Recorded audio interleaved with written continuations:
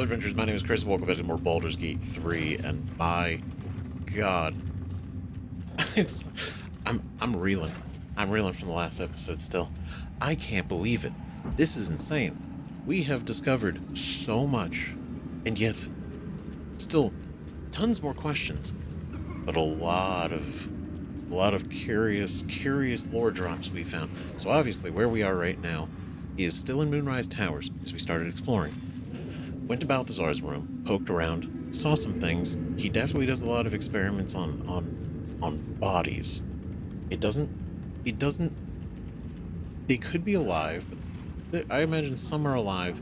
He works with a lot of corpses too. A lot of mutilation, a lot of stuff he's doing. A lot of cutting out hearts. It's curious. Why? Right? And we found a secret room inside his room. And in there we basically learned that the artifact of the relic, right? The relic that we need to help retrieve and locate Balthazar for Kethric, the relic is the Night Song. The Night Song, the quest that we picked up in the Grove ages ago. Right? We took it off the hands of the one guy, and we took it on. It's like, locate this object, ton of gold, massive amount of gold, huge, right? And so now there's a massive relevance to what this Night Song is. It's not just anything. It's the thing that is the source of Kethric's invulnerability. The reason he can't die. And that's why he won't leave without it. And why Balthazar went to retrieve it. Now, the thing is, it's very curious, because there's a lot of speculation I have on that. Like, one, I do believe Balthazar to be a devil. I'm shocked if I'm proved wrong. But I will be happy to be proved wrong if it's actually not true. But that's my speculation, right? I also kind of anticipating, or not anticipating, but I'm speculating with that too, that Balthazar is the agent of Zariel that went missing. Maybe they're different. I don't know. I'm just shooting out my theories and see what sticks. Right? But he's missing. That probably Kethric trusts Balthazar a lot to send him out there to retrieve this thing. Right? Especially with the fact that it's the reason he's invulnerable. To trust somebody else with retrieving it, I feel that's kind of risky. That's risky. But it seems him and Balthazar have a business agreement of some sort. Now, what that actually is, we don't know yet. But what we do know is that this little lady right here, Squire, wholesome, absolutely wholesome, sweet dog. It is Kethric's dog that he resurrected. And still has her own mind, right? Not manipulated, not controlled, exactly as she was. It's kind of nice. As far as, like, you know, if I was him, I'd probably do the same thing.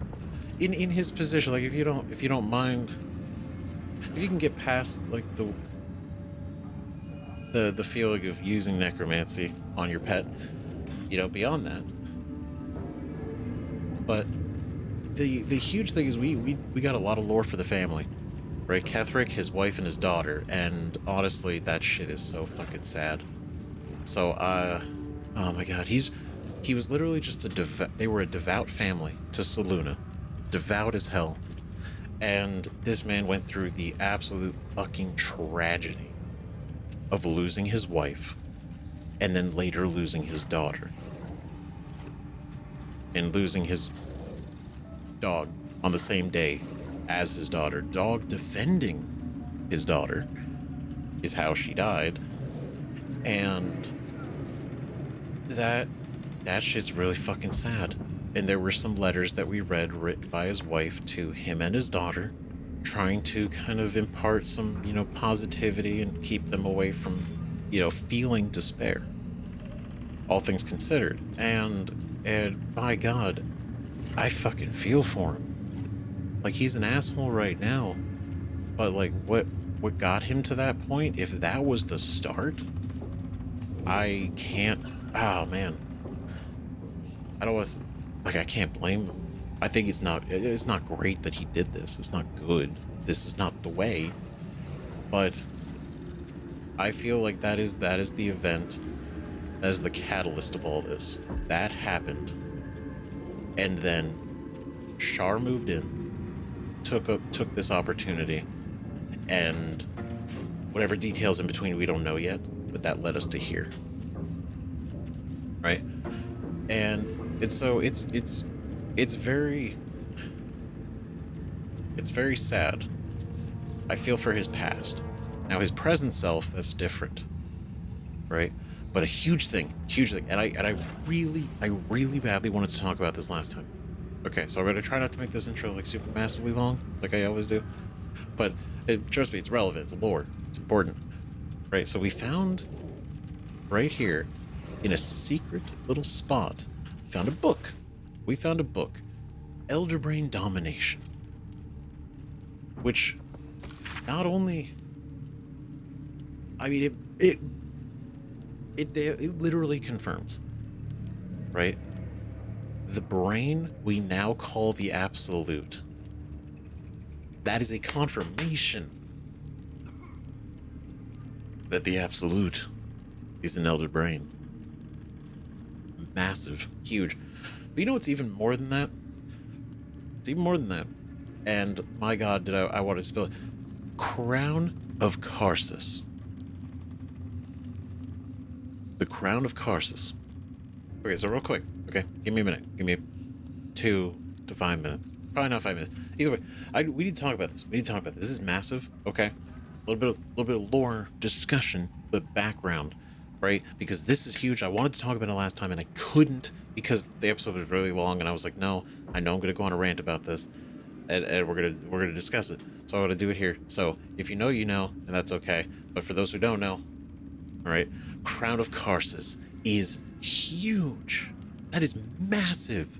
That even being mentioned is crazy, let alone the fact that it seems to be something they have in their possession. Okay, so everyone knows about Karsus' folly, right? We've talked about it before. We had it with Gale. We had that kind of brief conversation with Gale, right? So a little bit of background, right? Netherese Empire, incredible empire, big deal, right? They were causing issues for this other race called the Faerun. The Faerun were living essentially underground, and the Netherese, using their magic was quite literally draining from them, and they were essentially going to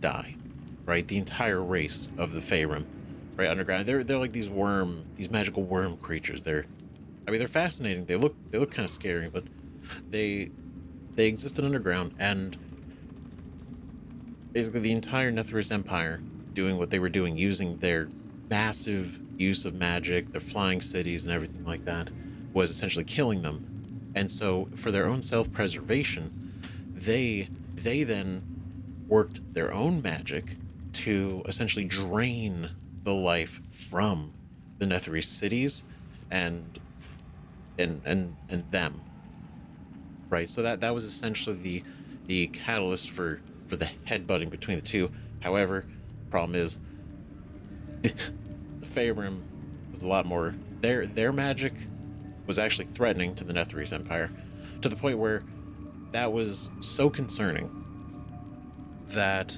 they left. The High Arcanists, well, basically all the Arcanists of the Netherese, they left. They abandoned the place, right? So why is that relevant? Why is any of this relevant? Well, it's because that's where Karsus comes in. Karsus took this moment when everybody else abandoned the place. It was now up to him. In his mind, he's like, I have to save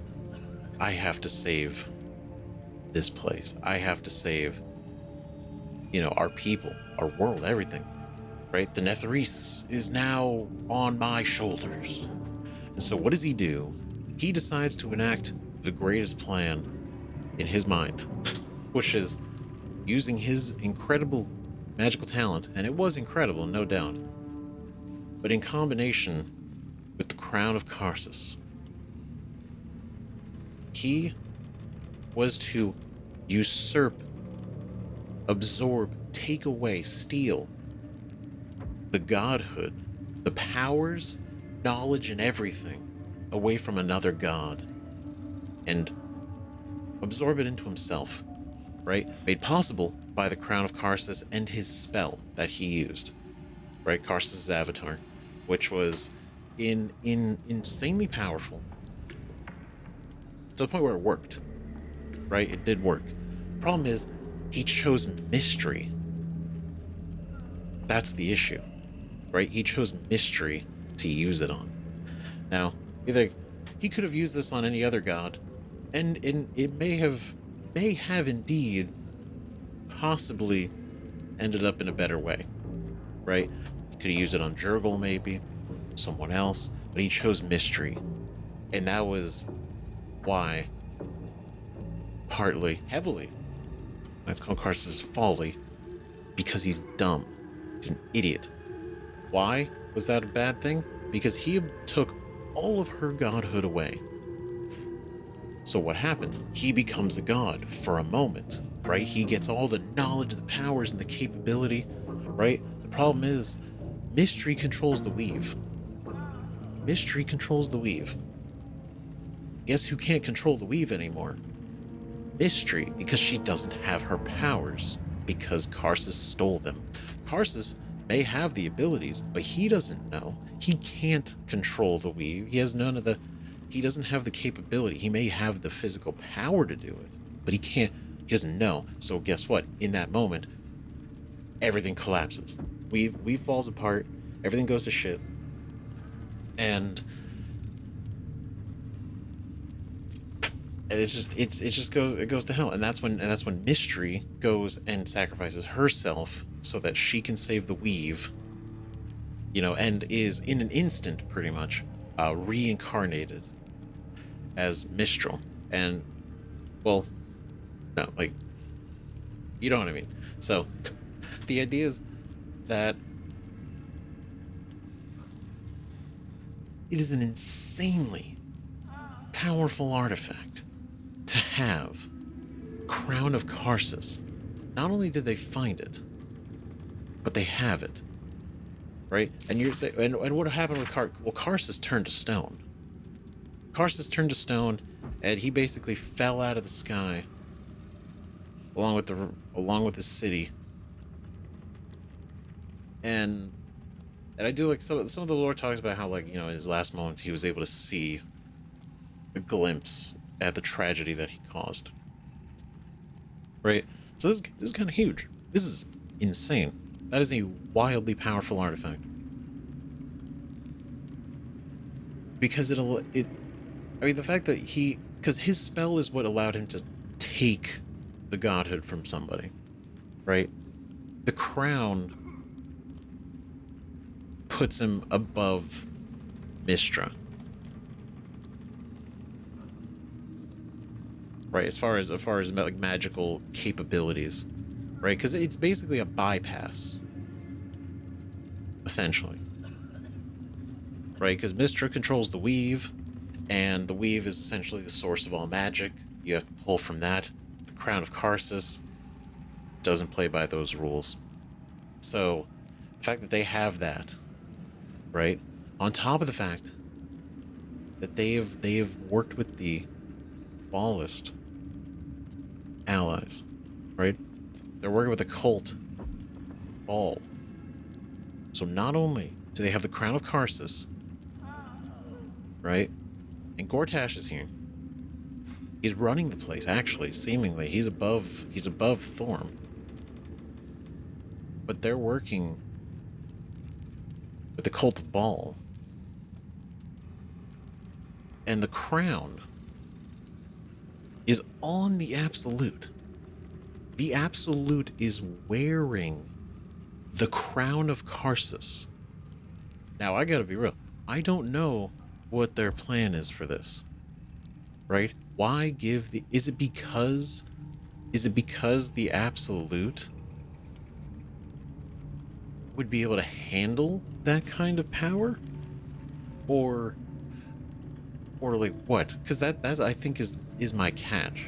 I don't know why they have it on the Absolute. That's kind of a mystery still. Right? I know this intro is taking a minute to do, but this has been something I feel like heavily been thinking about since the last episode. And my God, I've been wanting to talk about it. It's so fucking cool. Right? And I know there's like some nuance, and I could go into like more detail, but that's like the quickest way I can explain it without this being even longer. But I absolutely think this is great. And basically these Netherstones, right, is the big thing with the crown. It seems. Right? The fact that they need to invest the power of the Netherstones in a single wielder, and they gave one to the Ball Cult. I'm assuming also that either Kethric or Gortash has one of the other ones. Right? But in this, Kethric is saying that he should be the single leader that has the Netherstones.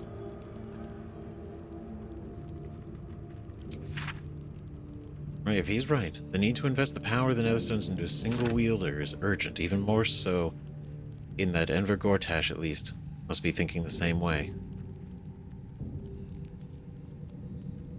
Right, so there's a good chance that Gortash and Kethric both think that they should control all three Netherstones. The fact that the Absolute could evolve into something new or difficult to control, probably with the influence of that crowd, we don't know what can really, what are the possibilities, right? So it's kind of massive. It's kind of a whole huge massive deal, right? So on top of the knowing that the Night Song is the relic, the Night Song is connected to why Kethric is invulnerable, and now confirming that the Absolute is an Elder Brain. They gave it the Crown of Karsus, and Gortash is in an incredibly high position above even Kethric. All things considered, this is pretty bad. This is Something's on my it's mind. not good. Yes, soldier.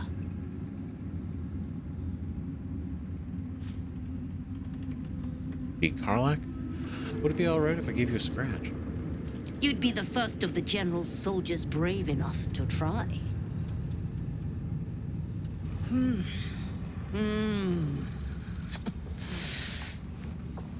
All right, tail. that's enough. Alright, that's enough. I can't help it. I had to. We had to try. It was worth it. But, yeah, so this is kind of huge. Absolutely crazy. Right, okay. Wait, there it is.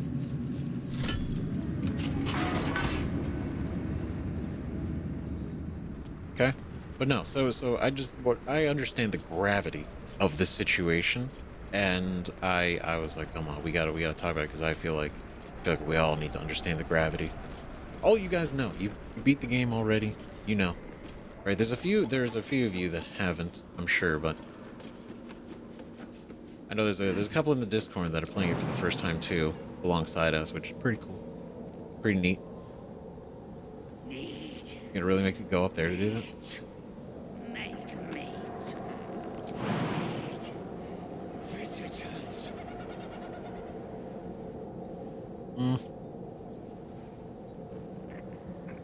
I don't think I can go anywhere from here. They were kind of stuck.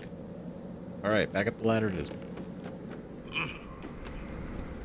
But no, for those that know, I think this is so fucking great. Like, story-wise, this is horrible. Oh my god, like we are so. The easiest way I could say is we're fucking boned. Like, it's bad. It's really fucking bad.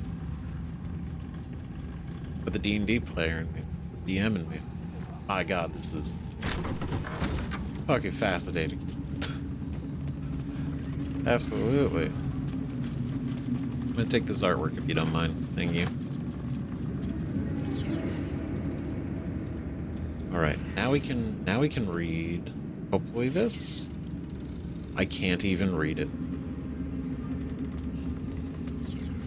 Damn. No word from Balthazar. So he's known that Balthazar's not said anything or has come back. It kills me that I can't read it. I know I could figure something out. Alright, because I just have to block the line of sight. Or knock you out. Our God is watching. Me too. Alright. Oh. But no, I think, oh my god, I'm obsessed. Oh. Because I was thinking, I was like, we're probably not gonna know anything about the Absolute until getting really close to him. Right? Say, like EM, not him. Because like I said, I was convinced it was an elephant, and my gun being proven right is amazing. It feels cool. Right? Not so much like, oh, I was right. But it's more the fact that the Absolute's a fucking elder brain. It's huge. It's fucking awesome. So, yeah. We're kind of a bit over our head, I think, on this one. Just a little bit. It's not gonna stop us, but damn it if I'm not gonna try. We have to go find that relic. The Absolute's war drums beat loud in your chest. How may I Right, serve? we got to find that thing, because if we control it, then that means, one, if we destroy it, right? If we destroy it, he's no longer invulnerable. And then he can die. Right? But if we take it, can we repurpose it? Ooh, +2. That's exciting. Haven't seen a +2. Enlarged electric blue after image follows this blade's every move. It's nice. It's tempting. Tempting. It's very, very tempting. But I'm sorry. I'm still kind of reeling. God, I love this game so much. This story is so fucking cool. And we've barely begun. This entire thing. We just met Kethric. I'm so tempted though. Do we want this? Sentinel Shield would be good.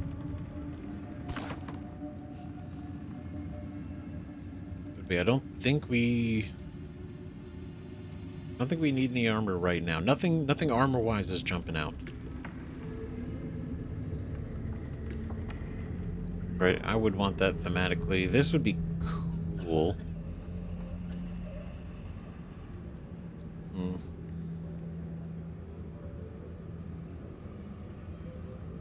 I mean, it'd be tempted to give it to Astarion. That's basically where my head's at with this one.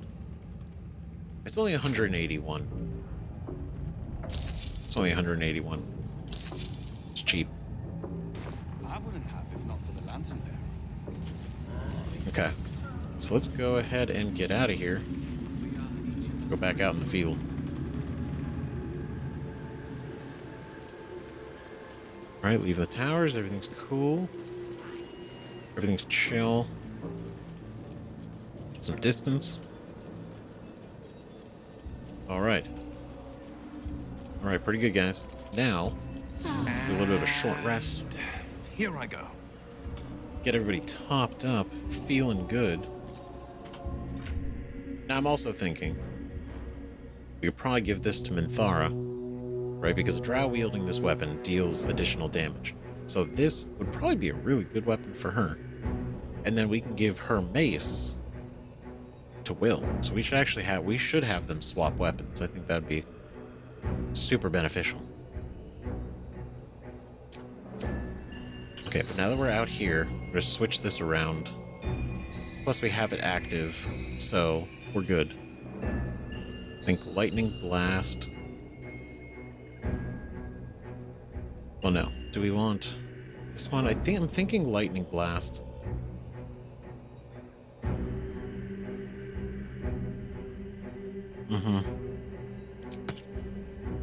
Yeah, I think that's a good idea. Okay, so we have to make our way. We're gonna go to the Waning Moon. We're gonna go to the Waning Moon, and we're gonna look into that situation, and then we're gonna head up because the Thorm Mausoleum is quite a ways away. Yeah. So let's do the Waning Moon, and then we're gonna go to Last Light. We're gonna talk to them, and finish that. See what they have to say. Right, we go talk with Wulbrin and Barkus. We're both there safely. Right, and I don't think there's anything else we need to do. Oh wait, yeah, real quick before we go, let's go send this to Astarion, and then shield-wise. I mean, this is good for everybody, right? Anybody that could use a shield. Plus, he runs to initiative rolls, advantage on perception ability checks. I'm tempted to give this to Shadowheart. Right? And then...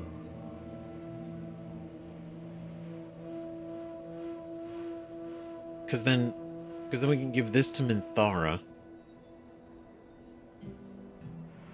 Right? Or maybe even this one. Actually, yeah, let's give that to Mentara. Sentinel Shield. That's a cool looking shield, though. Nice. Very good.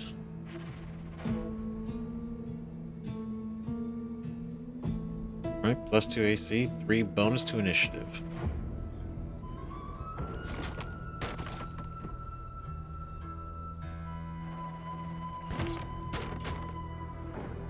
Yeah. Yeah, I think that's the right move.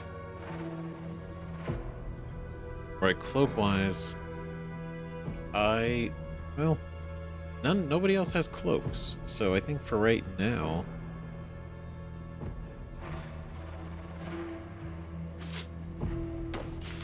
just in case, right? Mostly because she's gonna be up front and in the face, so if she ends up taking any damage, or the odds of everybody taking damage, she would probably be one of the first ones. North Reithwin, East Reithwin Tollhouse, South Moonrise Towers, West the Waning Moon. And that's where we're going, the Waning Moon. Which, I've been Dark wanting Justiciars, to. who fell long ago in service of Shah and Kethric Thorm. I can't tell you how much I've been itching to do this one. So badly. Right? Because... Shadarkai... Raven Queen... Oh my god, so much. Been thinking about. That sign above. This must be a brewery. Or distillery. Right? We Looks should like a drop in hop. for a quick sip. For research, of course. That's right, well. For research. Waning Moon Distillery. No last call until the casks are dry. That's the spirit. Welcome to the Waning Moon. To lifelong friends, both old and new. Aw, man. This place must have been nice before it all went to shit. Pretty bad. But, wow, this is huge. I mean, it's a distillery, but it's just still cool to see. That's not good. No, so...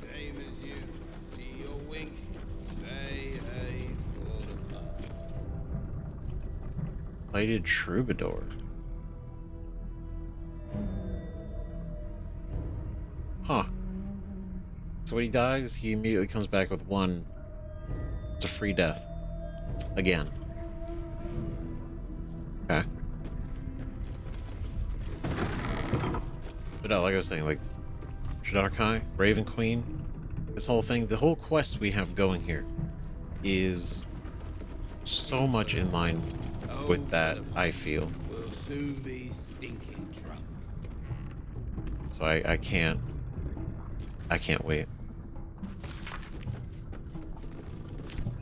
It's officially called the Big Book of Little Drinking Game. Pain Spree. Gather your pack, capture a gnome. One by one, you chums gloat how to best maim the gnome in alphabet-ical order. The wife is out. The boys are Alphabetical. sleeping. Say hey. Or starting with A, come up short, take a drink, last chum standing gets to kill the gnome. Alright, that's kind of fucked up, actually.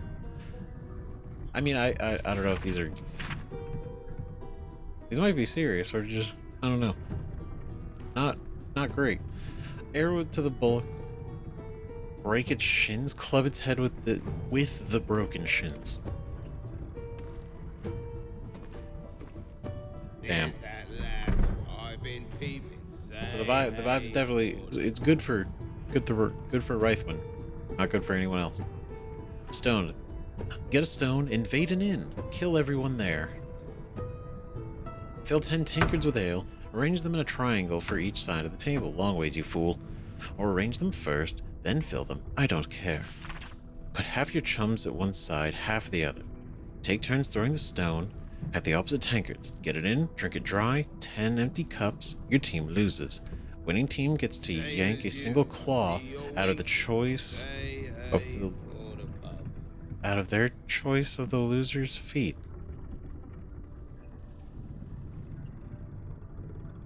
Oh. What the fuck? Deal a drink. Attack a village with your pack. Keep killing till a chum loots a deck of cards. Good god, it gets worse. Choose a dealer. I don't care how. Shortest tail, ugliest feet, something like that. Chum on their right gets 2 chances to guess the card on top, and dealer chum says if it's high or lower. Dealer chum chugs twice if the first try is right, and chugs once if the second try is right. If the guess chum fails, they chug the difference between the final guess and the card. If your last guess is a 4 and the card is 9, you take 5 chugs. It's basic mathematics. Yeah, that's right.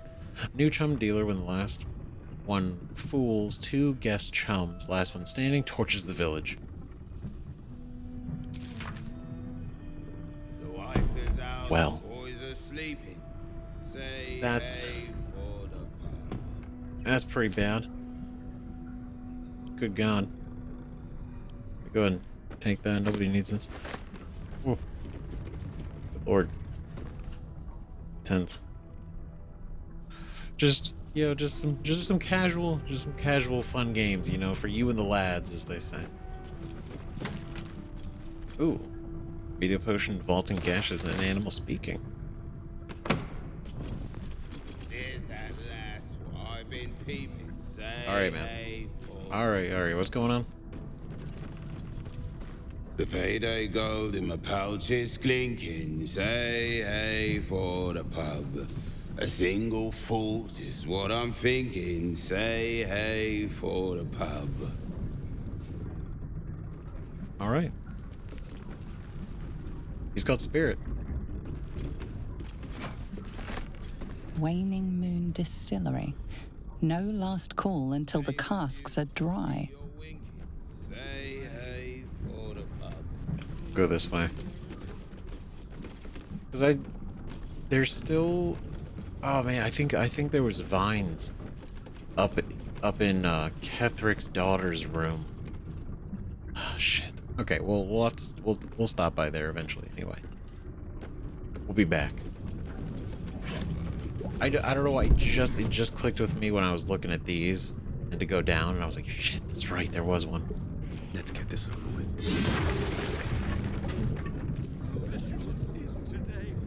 Alright, fire wine. Blackfire whiskey. How many bricks? I need more. What the hell's going on here?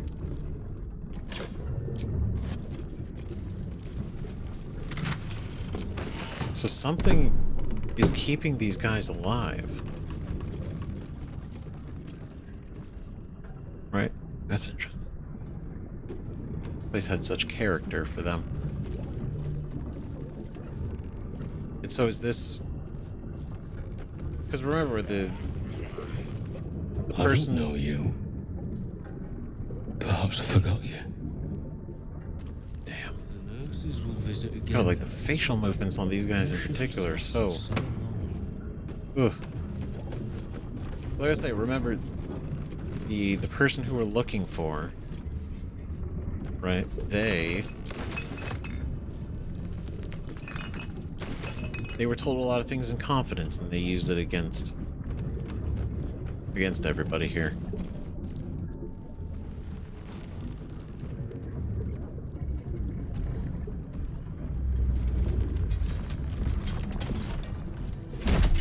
Oh shit. Clank, go back down, wet your whistle, tell your story. Uh-huh. Thisobald Thorm. Alright, so this cursed his entire family. Holy shit.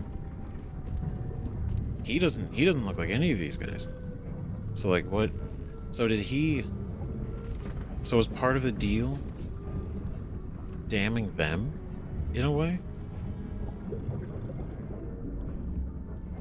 Dude, wet your whistle, tell your story. What in all nine hells are you?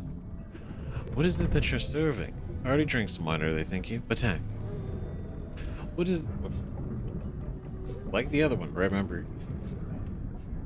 Garangotha. She just wanted money. She was greedy. And it was the second we couldn't pay, that's when it became an issue. So for this one... Right? I think if we play into it, maybe... maybe we can see... more of what's going on. What is it that you're serving? Only the best. Oblivion and beyond. Go on. Cheers. Bottoms up. Go nuts. It's bloated like a corpse and smells worse. Did the curse do this? I don't know. Oh god. All the little fleshy hoses going under the mask. Like I don't know what the hell's in that barrel.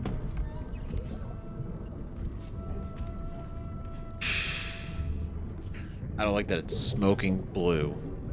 Right? I could assume it's made of these, right? Maybe it in itself. Maybe it's not too bad. Though I feel like it would be. Oh god, because obviously we can go into a whole fight. We could deal with this whole thing, wash our hands of it, and move forward.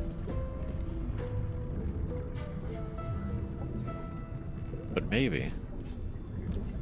Leaning in, you can see how the creature's skin barely holds it together. The bulge of its belly is on the cusp of bursting wide open. Drinking Near too to much? bursting. The next few sips could be his last. Go on, drink. Make it drink. Be drunk. You and I both. To our good health. Yeah. Drink with the brewer saving throw. That's really... Don't die. Sleight of hand, pretend to drink. No, I will not drink. Okay. Thisobald is literally one drink away, potentially, or a couple, from just exploding. So maybe we're daring, we're bold. We drink.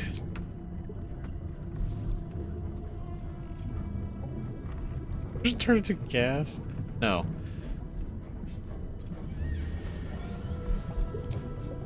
Alright, let's do this.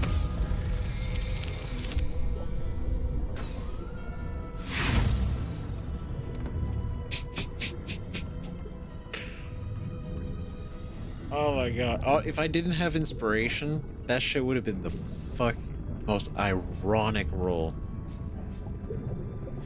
Man, really? One?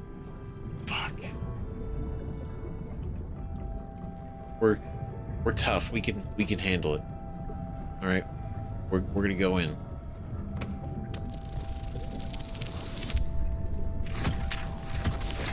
Round 20. We have an iron stomach. The liquid burns your throat as you swallow, but otherwise you feel no ill effects. Disgusting. Oh, that's nice. Look at us. Look at us go.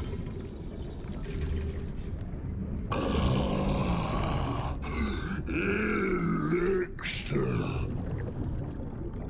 But such a small sip you take. Fear not. You will soon quaff as I do. Quaff? No familiar. Oh, that's a cool trick. Oh, thanks. I just got it's a small mouth. So. Tell me a story. A fable. A saga. Delight me. I'm not gonna lie, this is pretty cool. What a cool way to do this. Okay, so... yeah, so we handled it a little bit. We got a refill. This is great. From aboard a mind flayer vessel, I witnessed the hells themselves.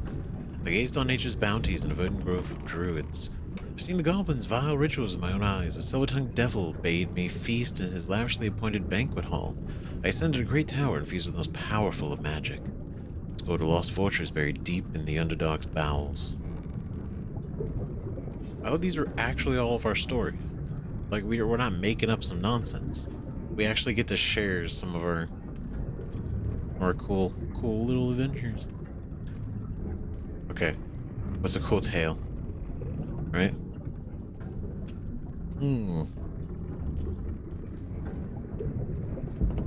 A story, a fable, a saga. From aboard a mind flayer vessel, I witnessed the hells themselves. 21? 21. Oh god. Okay.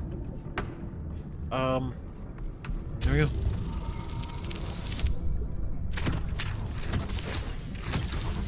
I'm stressed. Oh god. Oh, I want to actually pass these because I think this could be so interesting.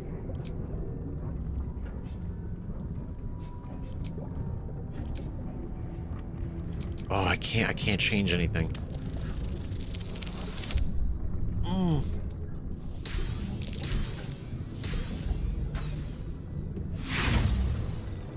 I don't... like, I'm fine fighting if we have to, but I feel like this is so much more fun. This is so much more... this is exciting. Oh, man. Okay. Alright, come on. Let's do this. Please. Please. Please. Shit.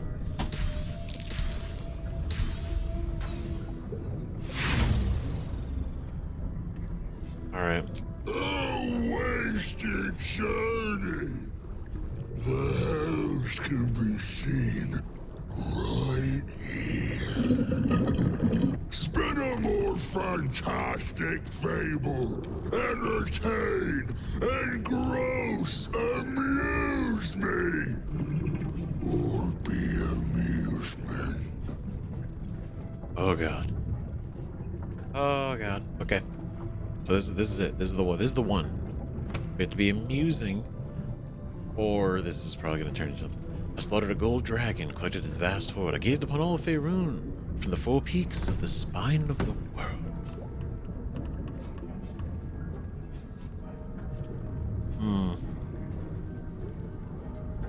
A fantastic fable. I feel like, right, the dragon's pretty exciting. Gazing all of Faerun is like cool, but I mean, what you like fighting a dragon is a cool story.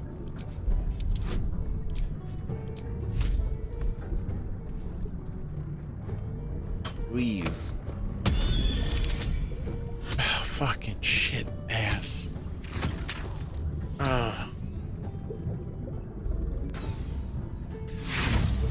All right. Get out the weapons. Lies of a lying liar. Let void take you. Expect anything.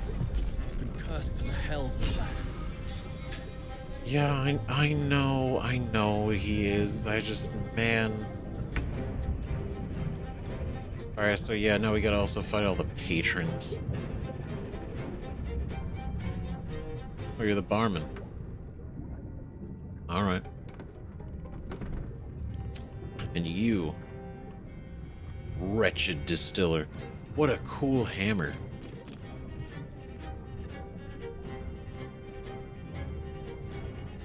The four leg. Oh, God. Oh, there's a tail.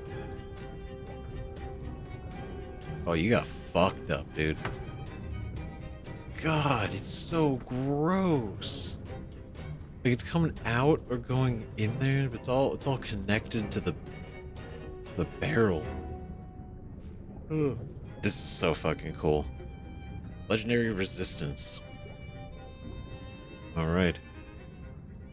Against an incapacitating condition, you can use this 3 times.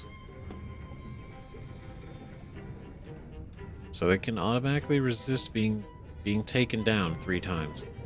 Physical damage has added gas to Thisobald's special brew, letting him use Roaring Belch. Great. And then numb. Your beauty attacks can't break through the numbness. Thisobald field. He's immune to slashing, piercing, bludgeoning, and thunder damage.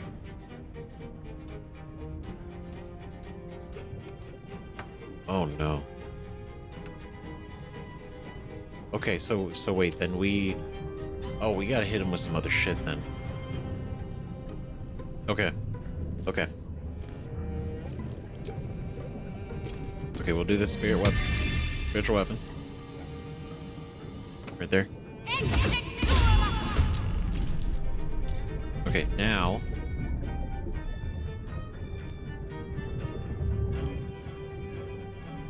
Right, because it's just thunder immunity for you, and then you are necrotic and poison. Alright, so we go here. Oh, blinded like a bitch. What do you do? What's going on? Disadvantage on attack rolls. We love to see it. It's a beautiful weapon. I love it. You're finally like really seeing it and utilizing it. Here we go. We're going Spirit Guardians, Radiant.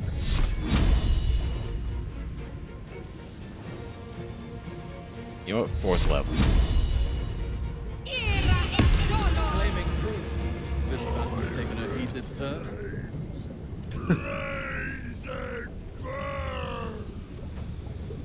Burning reflux. Fire damage is ignited Thisobald's special brew, letting him use fiery regurgitation. What the fuck? Great. Okay. What now? All right, and for us, this is a boss fight. This is huge. Oh my god, 374? That's crazy. That's crazy. Okay.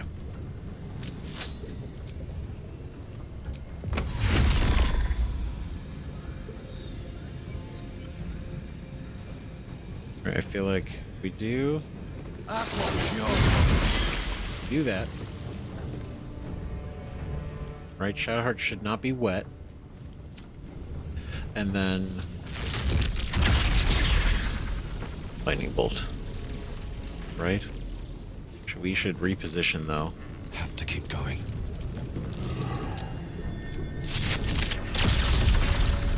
Okay. Oh. Okay. Turn necrotic. Dead. Dying. Dead. Rat bat. Order up. Whoa. Necrotic. Wait, what? Necrotic damage is spoiled Thisobald's special brew, letting him use rotten regurgitation. So we're altering the brew in there with our. That's kind of actually cool. Now what that means, I'll have to find out. But you're almost dead.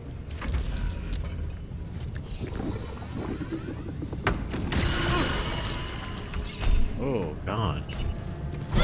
Oh, he's about to belch. Oh no. Okay, so we need to figure something out because he is immune. He is immune, right? So we gotta use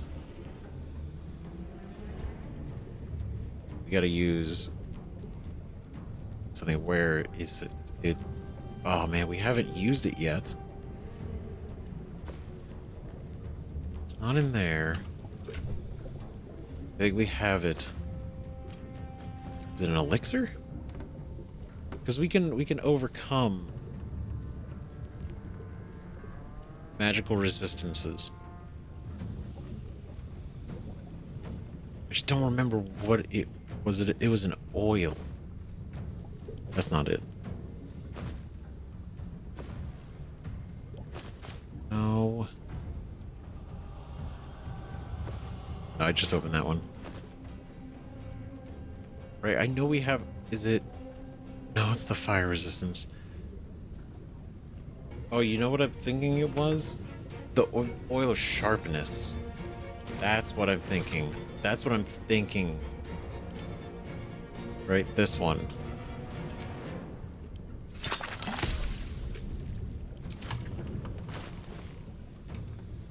Right, Coach Weapon oil gains +1 damage to attack rolls and overcomes resistance to non-magical damage.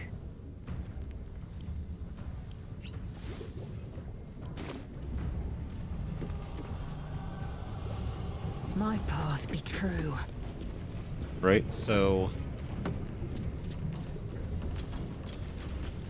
let's see. So he's wielding. So I wonder, can I disarm?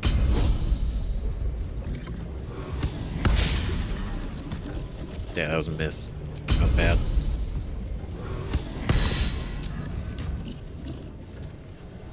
Okay, saved. That's unfortunate. On the victor's path. Okay, so Coming through. what you can't resist though is an Eldritch Blast. I'm so worried to you. I feel like I do have to be in close range.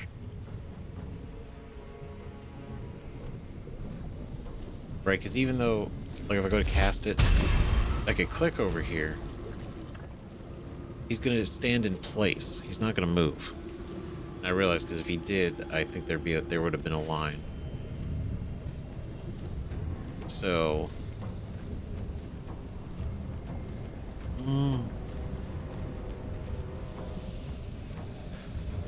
No, let's do good. We'll hit him with Eldritch Blast. Nice, we'll take it.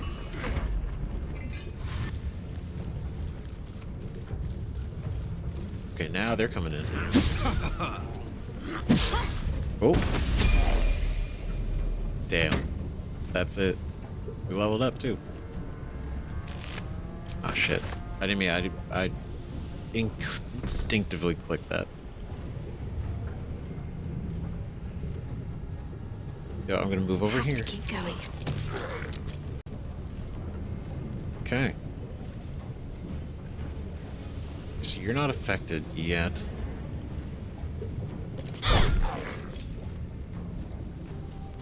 Okay, not bad.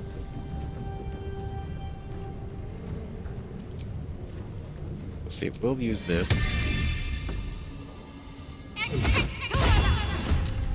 Okay, it did show up above. I was worried I was gonna, by casting it on there, Time to mess push it my up. luck again. Okay, you're still wet. That's great. So let's do another lightning bolt.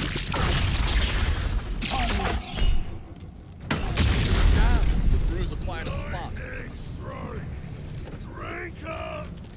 Oh, here we go. Ooh. All right. Electrified reflex. Damn. All right. We're gonna make her sing. Immune to electrified.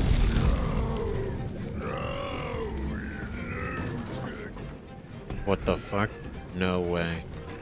Okay, so dreamlike aura. Staying close to this creature grants resistance to acid damage. It's actually cool that it's us too. Okay, so then I still want to try this, right? Because we got the oil.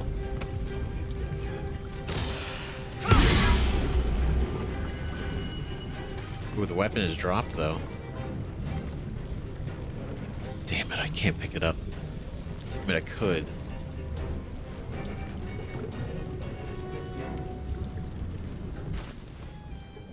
Okay, so even with the coating, it does not affect immunities at all. Like, it doesn't take it down a step. It's just resistances. And since it's a straight up immune, there's nothing we can do. Right, so we can do psychic damage, or This'll do. just take that from you.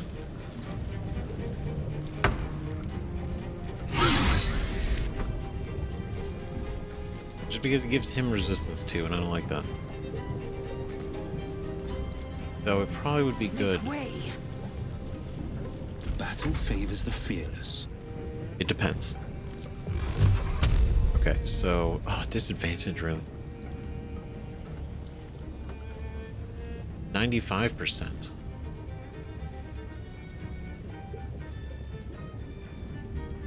Okay, so it seems like we're getting disadvantage in a way, regardless. Alright, so let's at least hit this one.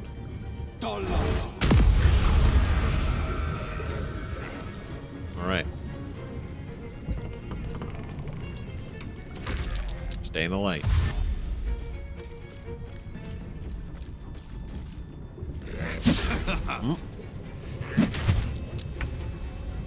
Oh, okay, cool. We are good. We just can't break concentration. So let's go. Yeah, I don't want to do anything that's gonna break concentration. So let's do.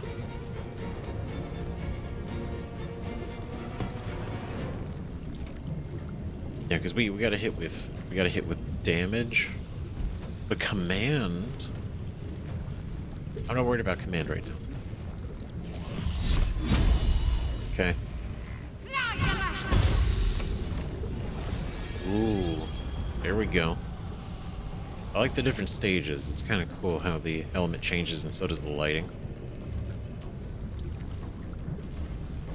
Well, Yeah. so much for peace.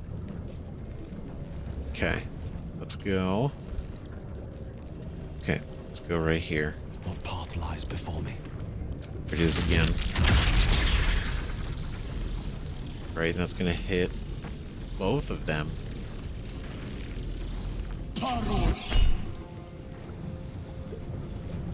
go.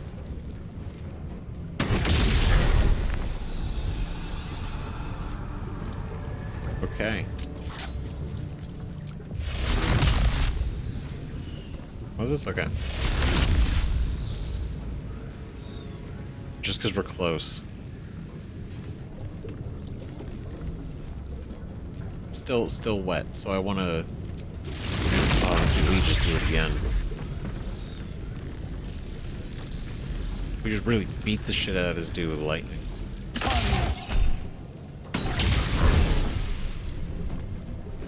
That's a lot of damage.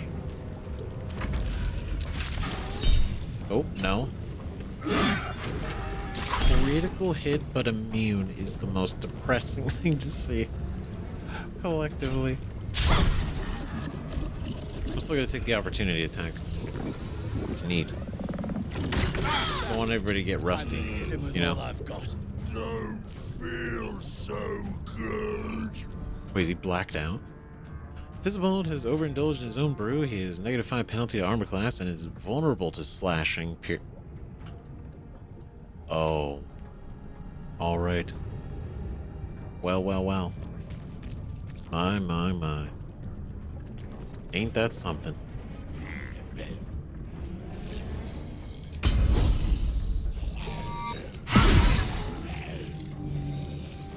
We'll do it again. Only 20 left. That's something, ain't it?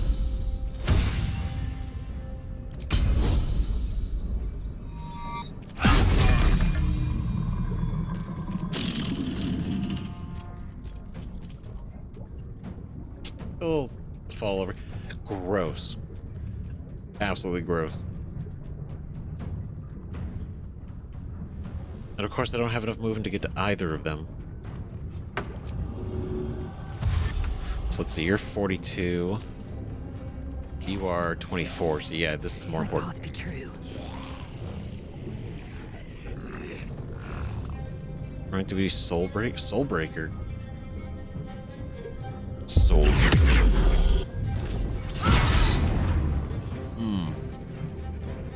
This is my time. It is your time, Will.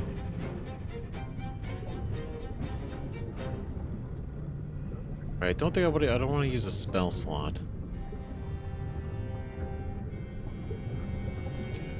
We're still a little too close. So we'll get some distance.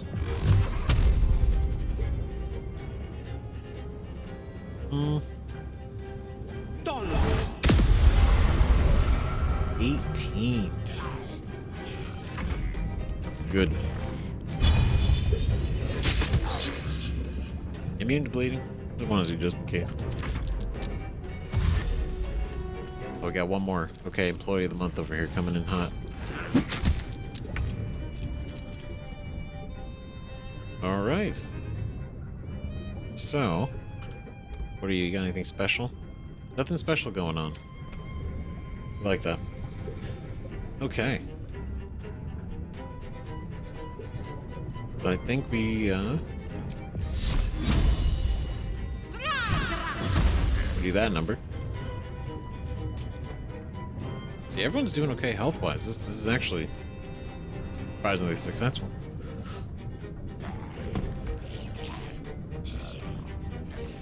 I want to save these. So let's do Hunter's Mark on you. Okay, now. I can't even catch my breath. Okay.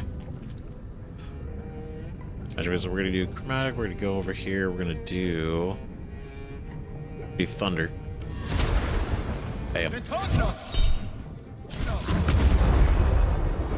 All right, not bad. Not bad, not bad. I'm gonna move up here though, so I'm closer to this guy. I am fury. I am death.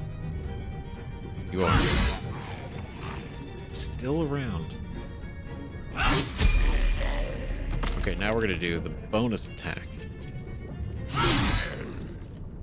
Ooh, okay. No holding back. Right, let's do 2. Okay, babe. Double that. Oh, he's almost done. 2 health. Come on, man. Just... Aw, man. That's it.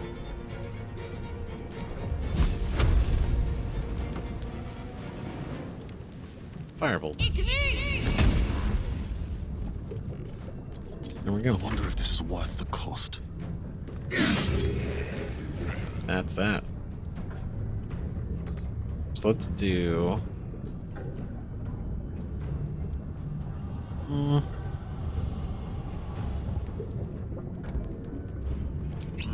am fury. I am death. That just really... Everyone just wants to survive with 1 health right now. Because they're undead. It's their ability. That's why. I'm joking. It's just funny. Because they're undead, so they die, they came back, and then we kill them again, and they come back so that they can die again. My path be true. You know, sometimes that's just the way it goes. But let's do... Nah. Because we get an extra attack, right? So we might as well... That's embarrassing.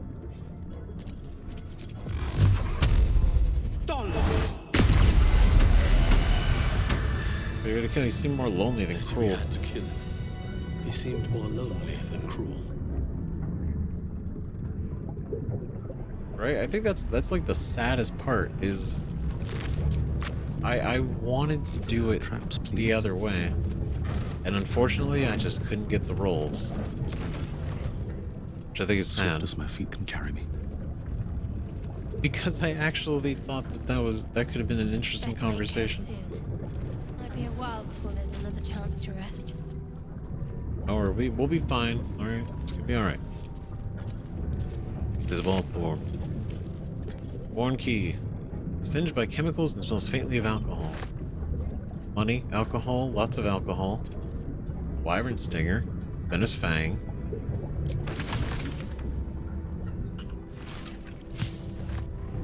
Right. They're pretty cool. New ingredients too.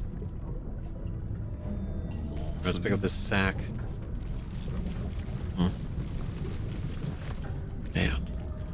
I don't know, but that's what I mean, right? Like, he just wanted to hear a story, wanted to tell a tale, you know, like the old days. You know? Let's go. Go behind the scenes. Purple worm gullet. Oh, there we go. We can make a new suspension. Purple worm slime. This is what we got. Tiny veins of gemstone marble the gullet, evidence of the worm's unique, highly toxic digestive system. Okay, nothing there. Research notes. Dagger root. Research notes. Research notes. They describe a powerful venom extracted from a rare purple worm. Distiller Thisobald Thorm sought to create a fatal poison using the worm's gullet. He procured several parts of a worm gullet, but rinsed one in error. The poison he brewed was noxious, but not fatal. Thisobald devoted months to formulating a deadly poison with the remaining ingredients, without success. After exhaustive experimentation, he was able to make a near-deadly extract from the glands. But to complete his poison, Thisobald required one last ingredient, the petals of a corpse rose. The book's index reveals corpse roses may grow near tombs, mausoleums, and particularly redolent cadavers. Thisobald enlisted a courier from Baldur's Gate to obtain corpse rose petals and other ingredients and deliver them to a covert location. Unfortunately, a deep purple stain darkens the final page, obscuring the parcel's destination. Damn it. Wow, this is cool. So, he was trying to make a purple worm poison. A lot of work. You know, just casual background stuff you do. Guidance. Here we go.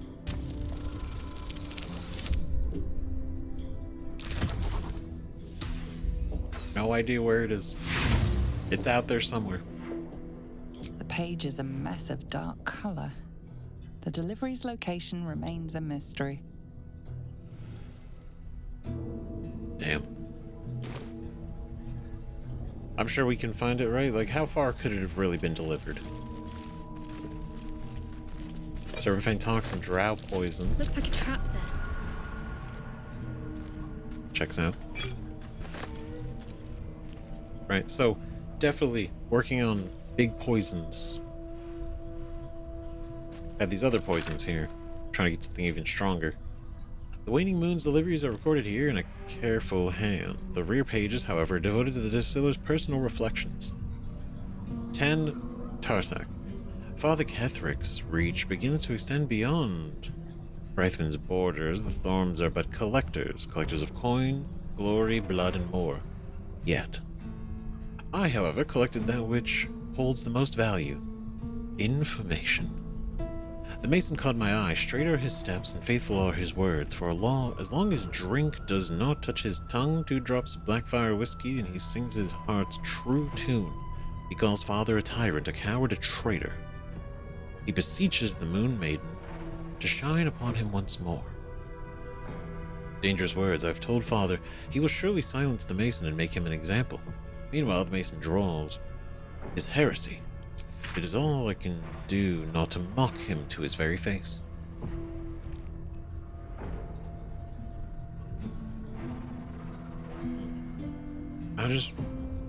So my own methods used against me. The ale she fed me was poisoned, and by my own hand.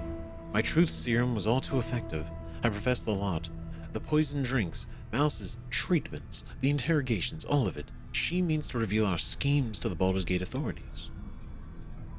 Unless, of course, I grace her palm with more gold than Garen Gotha could muster. Father would have my head if he knew. Or worse yet, donate me to Malice.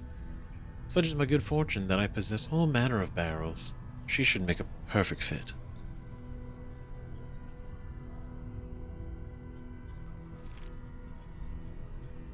Yikes. The Harpers came too close. They poisoned Father Kethric himself. Yet he professes no ill effects. Malice insists it a fluke.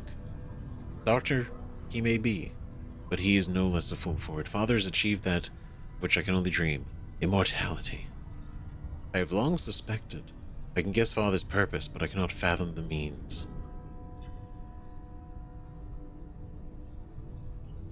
So this is when they found out immortality. They found out that he was immortal. Right, because you can see here, this is probably old. He calls Father a tyrant.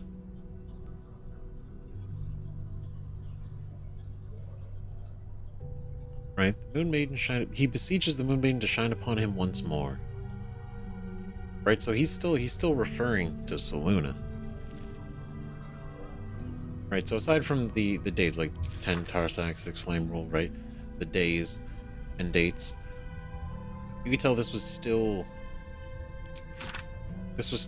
back when, you know, Selûne was in their life. But they say they poisoned Father Kethric himself. So this was written...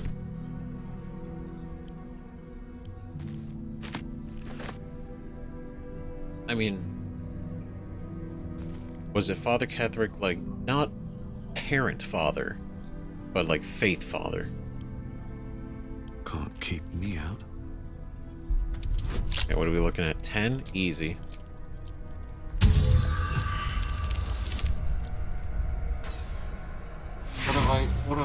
What have I done? What have I done today to deserve this? God damn it, man. Thank you. Got every roll against that guy. Shame. Can't even open a chest. Punch drunk bastard. Oh, that's fun. It's a club.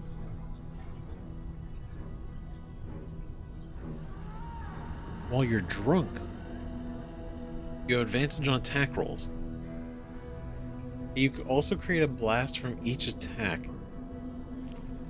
That's cool. Punch drunk bastard. Drunken Master Club. Right? On Serpent Venom Toxin. Part 13 of the Basic Alchemy series by Haskin Zif. Yes. A D-scale dragon book. Right, but I'm pretty sure we read this book before. Right? We like to know something interesting. If you mix suspension of venomous fang with vitriol of lost candle, any vitriol will do. Out comes a poison, drip, drip, drip. Oh, when in doubt with alchemy, when in need of ecstasy, when my throat clicks with scream, drip, drip, drip is what I dream.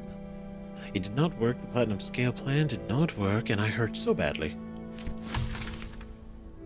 And there we go. This is not, no, it was another, it was one of the other poison books we read. That's different. This is interesting.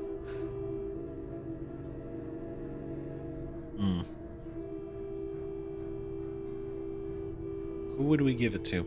I don't know. Maybe nobody. Maybe somebody. Right, let's see. Can I disarm this? I'll take it so nobody else has to. Just in case.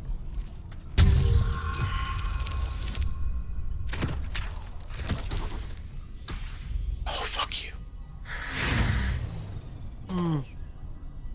Okay. There it is. Okay, it's not too bad. Not too bad. Just a little bit of poison. Just a little bit. Just a smidge. Work. It's a bad day for roll. This is what I get. I was so confident all my other days it was bound to balance out at some point. This is what I get. Okay, rustic chest. Ooh, ingredients. More ingredients. As expected. Right, it is a distillery. Oh my. Must be what's left of that would-be extortionist. That's the that's actually the barrel. That's fucking crazy. Right? Where's the problem? Basically, yeah, right here. Blackmail. Give her, I possess all manner of barrels. She should make a perfect fit. And that she did. Yikes. Dangerous moves. Risky business, blackmail. I wouldn't know. Okay, so wine rack. Nothing else. Just like kind of stuff. We gotta find that ledger, which is out there, but I want to still poke around a little bit more. There's just so much to search through. So much to search through and nothing to be found. Ooh, what's that? Nothing to be found but a dirt mound. Would you guys hide back here, huh? Ooh, arcane cultivation oil of bane. Alright. I'll take it. I'll take it. Great. We got a chest up here. Lockpick. Alright, everybody gather up. Oh, hold on. There we go.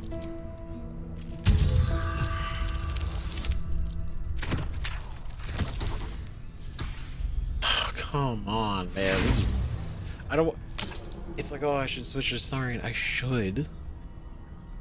But I feel like I feel it's not very fun.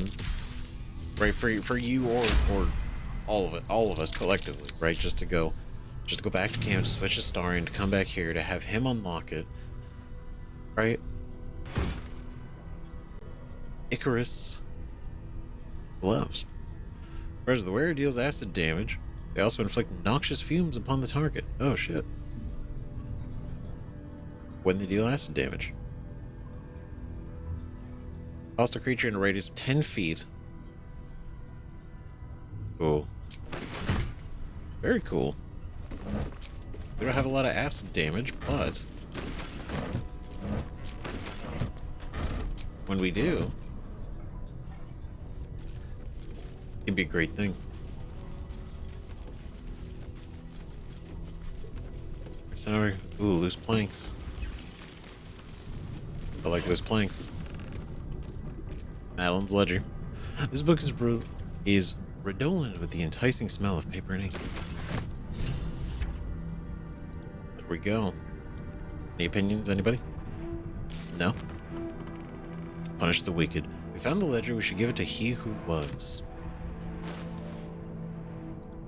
Can I read it? Alright, here we go.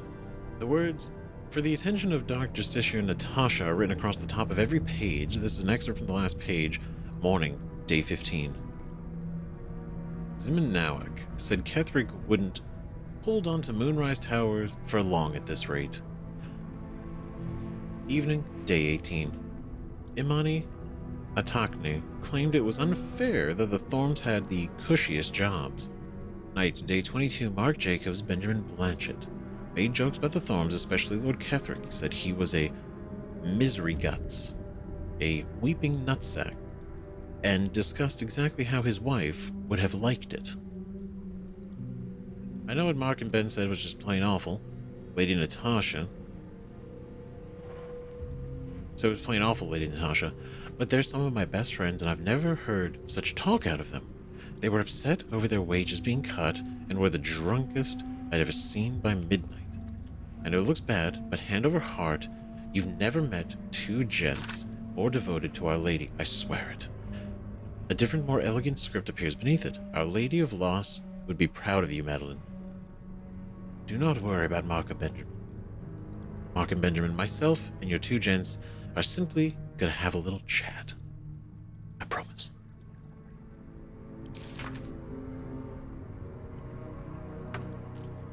So a Dark Justiciar came in. Wow, so this whole thing's, yeah, using these words, basically ratting these people out. And that's what got them killed. Right? Especially if it's just they're talking shit, they're drunk, they're bullshitting, like they're not actively going out and doing anything. Right? Like, this is kind of minor. It's like, oh, they got the cushiest jobs. It's like, yeah, true. Right? Though he won't hold on to Moonrise Towers for long at this rate. It's like, okay, it's kind of talking shit. This one's wild. Because that's what it gets personal. And it got him killed. Now, I can't wait to know why the raven was sent to him for the ledger. Right, obviously it's probably potentially part of the judgment.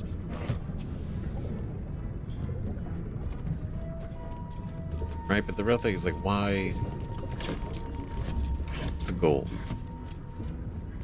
Waning Moon Distillery. No last call until the casks are dry. So we got a little... I mean, there's still so much of this town we have not explored. Okay, so that goes outside. That's the main thing. Let's go over here.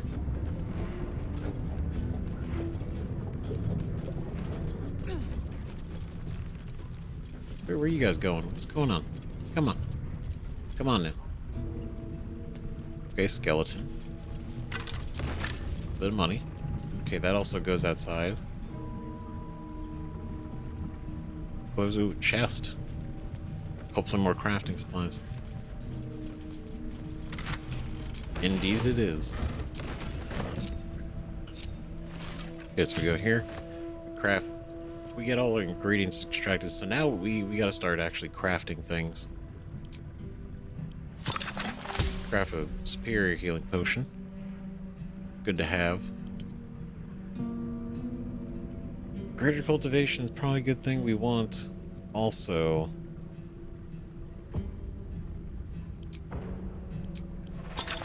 might craft 2 of you. No, 2 of those is a good idea. That will do. Because I also got to burn some of these ingredients. I don't want to waste anything.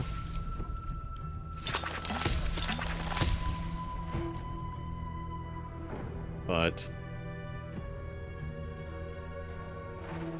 also, I just like stacked with so much stuff. Go to communion. Like accuracy is really good.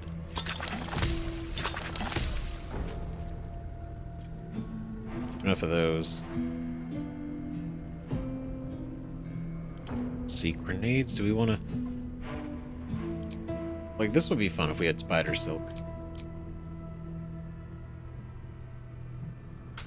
But okay, so let's go look through these real quick, like real fast. Okay, stuff. Let's go up here.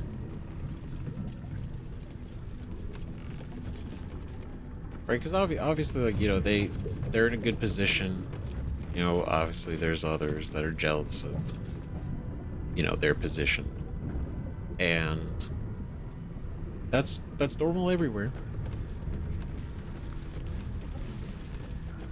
I think it's more about how are they in charge, right? Were they these cruel individuals, or was it just sort of, you know, before everything went bad? The ledger. Guess you're not so useless. Get back to Master on the double. This is exciting. Hell yeah! Right? That's all the way. That's all the way over here. Right, so let's go. I guess the best thing would be to go to Last Light Inn. Like I said, let's go. Yeah, because I mean, we still got to explore out here. Well, let's try to clear up some quests that we did finish and follow up with. Especially because we want to make sure that everybody made it fine. See any movement out there? Oh, big deal. I don't. Too dark to tell. That's why we're still standing around. I bet they're close. Okay. Watching us. Okay, so real quick, before we go, let's go ahead and level up, because I know the longer I wait, we all want to see it, we all want to do it, so it's all good. Sweet Bray, look at that. 4 level 4 spells, potentially.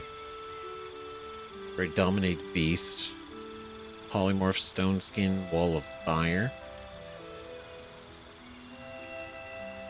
Right, but are there level 2s that we want? Misty Step would be cool. Misty Step would be cool. But we don't really need it because whenever we cast a spell, we can just fly. Right? So, not really necessary.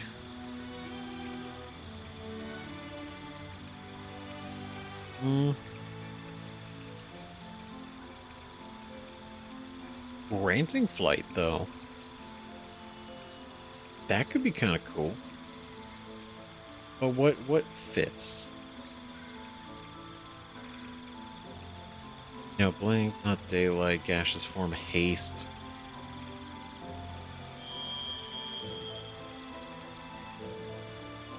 Like, this is so specific, though.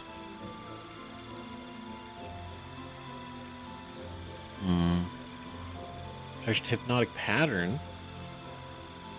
Blindness. Cloud of Daggers is cool.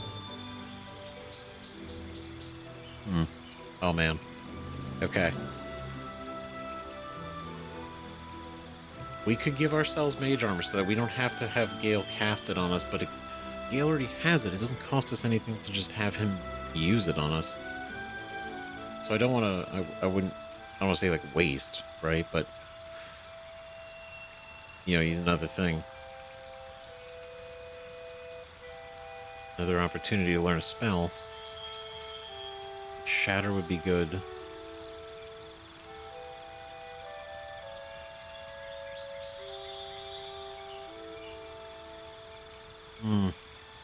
Not a lot of beasts. Not a lot of beasts. I mean, right now, right? I'm going to say this later. It's going to be a bunch of beasts, but... Turn creature invisible, attacks against that have disadvantage, attacks with advantage.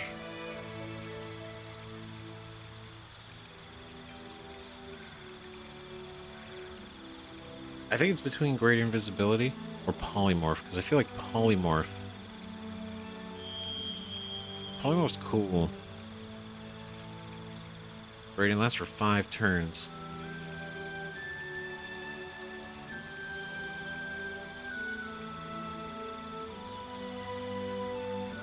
I'm thinking polymorph. Right? Okay, now we get another feat. I know what we're gonna do. Alright. Ability score improvement. I know, it's been a long time coming. Alright. So get that up to 18. And then... I mean, everything else is already even, so it's like... Damn. Not really gonna get a benefit out of this other point.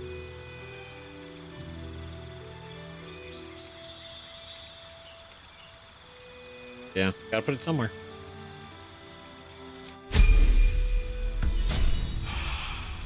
Alright, 1 down. Kinda crazy we're level 8. This is fantastic. Because, what is it? In like real D&D, if you do like a single adventure, right, if you do like a smaller adventure, or, you know, any like the pre-written stuff, you're gonna kind of maybe hit between level 5 and maybe 10 on some of the bigger ones, right? But 10's a big deal. Beyond 10, hard to see, right? Just because, specifically like the pre-written modules, right? The pre-written adventures by wizards. You know, they basically expect you to have a brand new character from 1 to, you know, the end. And so it's pretty cool to actually see how far we're you know, we're taking it. We're not even done yet. I don't even know the max level. I'd be shocked if it was 20. That'd be insane. Breathe body flames that shed a light at 10-foot radius, provides resistance to fire and cold damage, retaliate against melee attacks. That could be cool. I do like Wall of Fire though.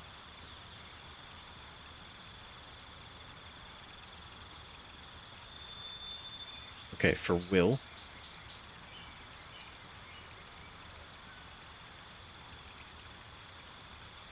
Embracing his potential, we're going to do Wall of Fire. And a feat? Here we go. So I think we get that to 18. And then... Oh, he doesn't run... It even out his intelligence. Right? Or his dexterity. Depending on like what we end up having to do.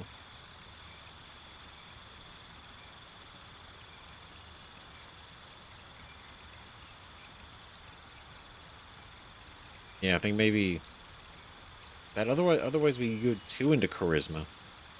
We don't get a bonus, obviously. We don't get the +5 because it's not 20. Maybe it makes it a little bit closer. But this would actually get us a benefit. Because right now, you gotta up it to 14, or we get this one to 14.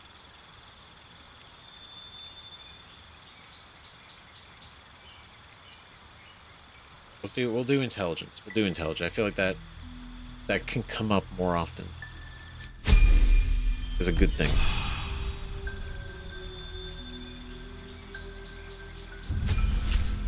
Lays out. We go another feat. Ability score improvement. Alright, we bring strength to 18. We could do dex to 14. Alright, bring that to 19. Right, it's the fact that it would get at 1 point closer to 20. But I think dexterity at 14, just kind of keeping that going up too. I think because she's still suffering her penalties, unfortunately. Right, so weaken Constitution, weaken Wisdom, and weaken Intelligence. Right, because we get up the Constitution. Right, we could at least, maybe not counter this, but at least make it a -1 instead of a -2.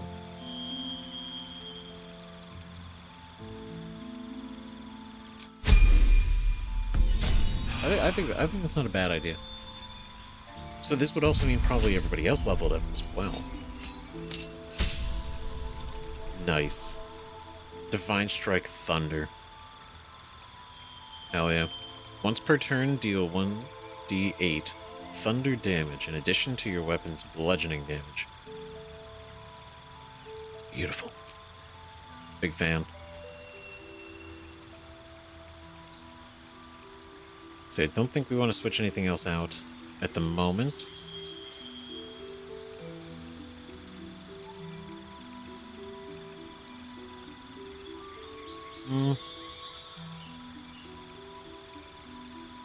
Maybe, you know what, let's switch out the Guardian of Faith. Right, because that is cool. But Death Ward is massive. Especially because we're going to start getting into some messy stuff. There we go. Get her Wisdom up to 20. Got to have a plan first. They're pretty good. Got to trust Jaheira to come Pretty solid. Yeah, actually, it's just better. It's better. We'll just do this now. I'm not gonna try not to overthink it again. We want to check on the people we care about. Make sure that, you know, who we were able to rescue actually made it back. Right? Just great at rolling and rolling in the gang. Seems like a good moment to talk.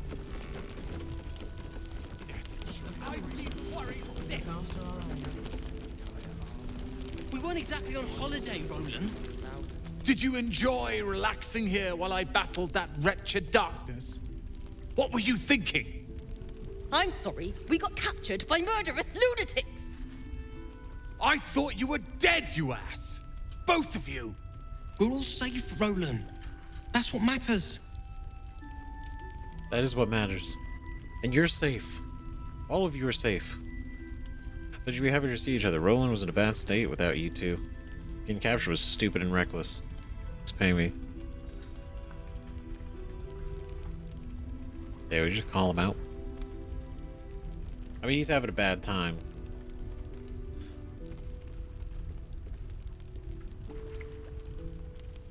Alright.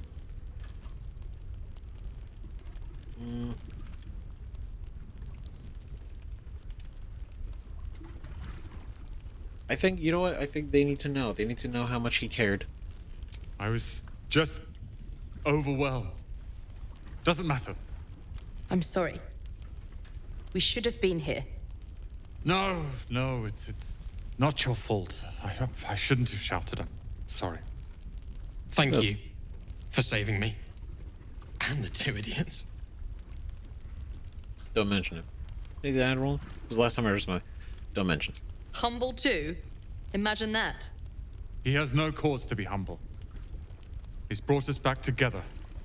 A task I failed miserably at. You went out of your way to help us. It's only right you get something in return. Here. I hope it helps. Huh?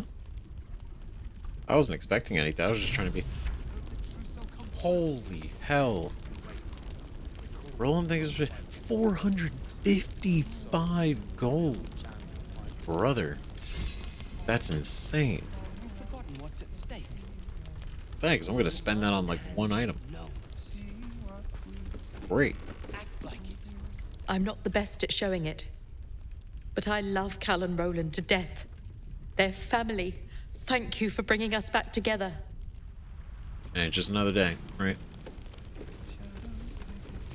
Cal? Thank you. I never thought I'd see these two again. It's good to be back. I'm glad this all worked out so far. I've thanked you once already. Don't be greedy. Oh, come now. Just make sure you're alright. Oh, look at it. Wulbrin, Nimble. They're all... Okay, they're here. Alfira. You're here! You're all right! How? We're two Tiefling queens, remember? I couldn't leave my favorite bard without her partner in crime. I did have some help from an old friend, though. How did you do it? Yeah, a little bit of this, a little bit of that. By doing what I do best. Being a hero. I was in Moonrise and I just happened to run into her. Killing everyone who got in the way. Honestly, sheer dumb luck.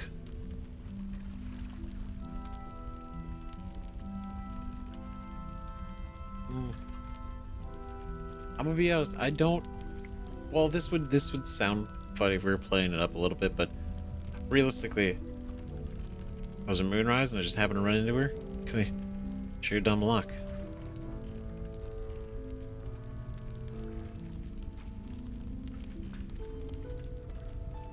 I just happened to run into her. Don't play coy. You could have left us behind, but you didn't. You should have seen him. He was brave, but also terrifying. In a good way. I never thought I'd see... well, anyone again. Thank you.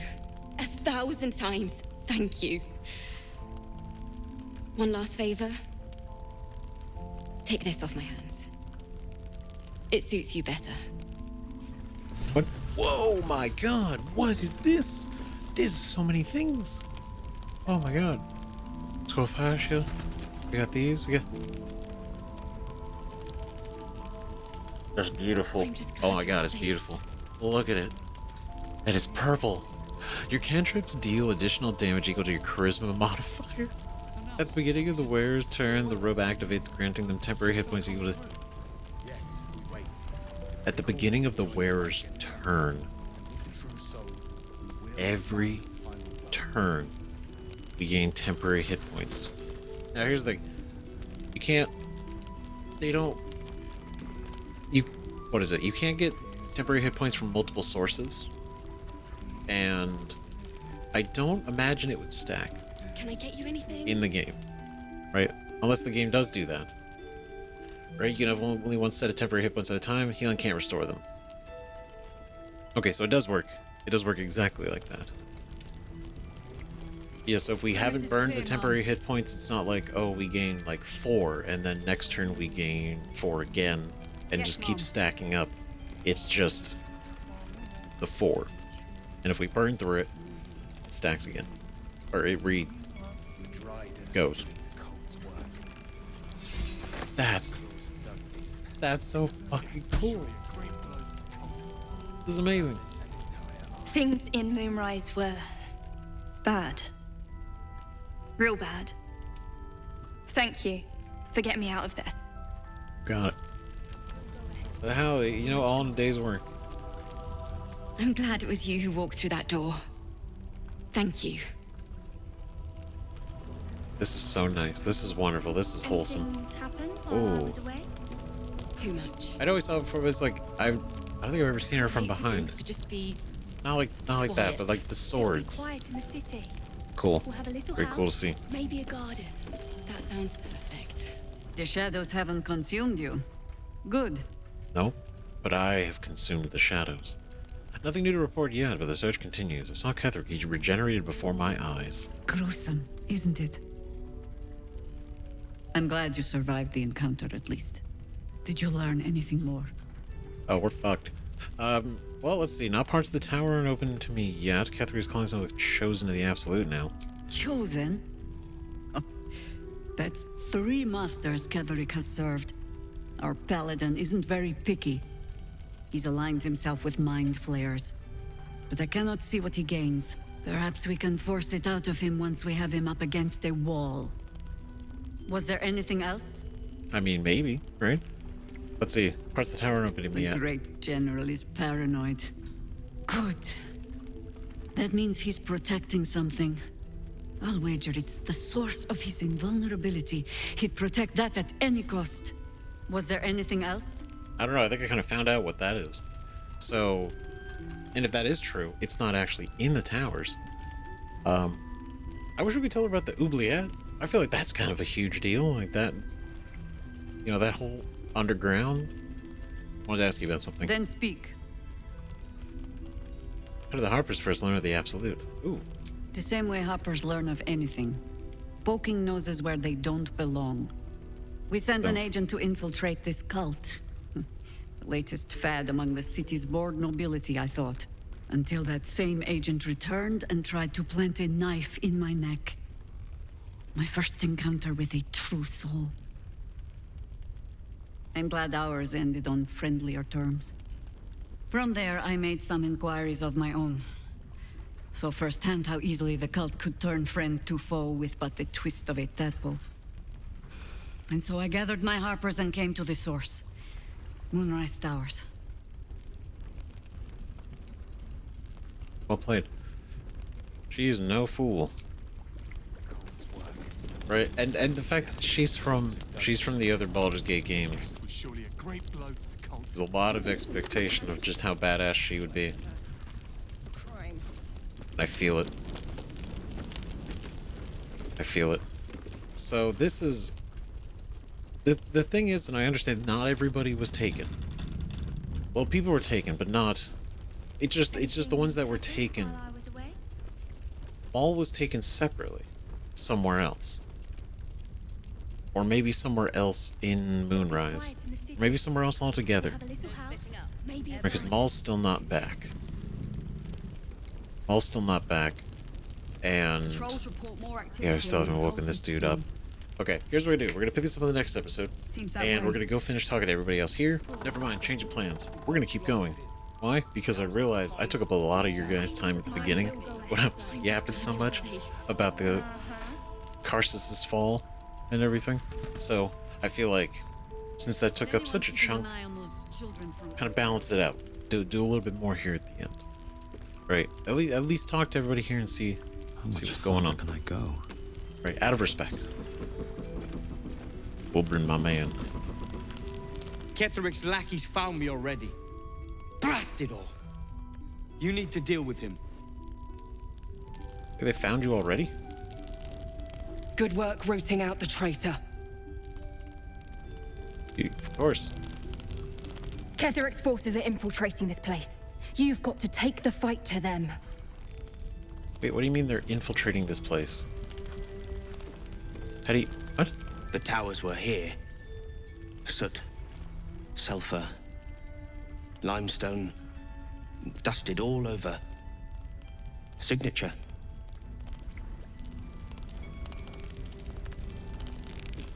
Huh? Every moment Kethric lives is another I am away from Baldur's Gate. I need to return. And soon. Yeah, totally. They've infiltrated? Aren't you going to take down Kethric? We'll support you from here. Great. Love it. We're getting... I mean, it feels... It's kind of crazy how it feels... It feels almost possible. I hope you get him. Kethric and the like. I know you can. I appreciate that confidence. Every moment Kethric lives is enough. Damn, so that's gonna be a big confrontation. Kethric. I wonder if he'll be able to tell, like, if we, whatever we do with the relic, right? Whatever we do, if we have to destroy it, deactivate it, whatever it actually is, will he know that he's no longer invulnerable? We're bruised, battered, but we're together again. You damn well brought them back. You know what? We did. Often modest, but I think we can be a little bit confident about that one. We really did. We pulled off a wild prison break. We need Mole. Please, get her back. Legit, she was half the reason I was willing to go so quickly, and yet she wasn't even there. Or at least not in the prison. Could be in another room. I'd be shocked if she was on the roof. Right, 'cause she got snatched up, and we have no idea what happened afterwards. Begone! Alright. Alright. I love the cats. Ah, there you are. Here I am. Everyone seems to be quite a flutter. Do you know why? Oh, like he's asking genuinely. Like, do you know why? It's like, no. He's like, do you know why? Why is everyone so happy? I do what you asked, but ready for my reward. Haven't you heard? I freed the people being held in Moonrise Towers. You did? But that means... Wulbrin! Wulbrin! Oh, where is he? I love that Wulbrin comes in, gets set up at the table. Barkus doesn't notice. But he doesn't even bother walking around. It's so funny. They were so close to each other. Wulbrin, it's me! Oh no. I said a moment. Oh god. Too much. This is awkward. Is this gonna be awkward? Things to just be quiet. Wulbrin! I heard you might be about. Oh no. How the devil did you get stuck here, Barkus? I'm not stuck. I came to find you, of course. Why would you do a foolish thing like that? Really, Barkus? Unfortunately for me, you're my friend. Rescuing you from mortal peril is my right. But you didn't rescue me, did you? I rescued myself with the aid of this helper. Ah, it's you. I should have guessed. Thank you very much for your help finding Wulbrin. You don't belong here, Barkus. As soon as the way is clear, pack up and head to Baldur's Gate. But... Wulbrin... The rune powder... We need to discuss what you're going to... I said go home! I'll be so for fucking real, dude. Wulbrin is kind of a dick. He's kind of an asshole. Like, not only... like, Barkus is trying to talk to him, and he's like, a moment. Doesn't say... Nothing. Just, hold on. It's like, but you didn't save me, did you? Okay? I saved myself. Which is not true. With the help of us? What do you mean the help? We literally are the reason you're here. We gave him the hammer. He broke the wall with the hammer we gave him. The only thing he actually did to escape was break the chains off the boat and sail the boat here. That was it. Everything else was us. Right? So I feel like that's a little bit...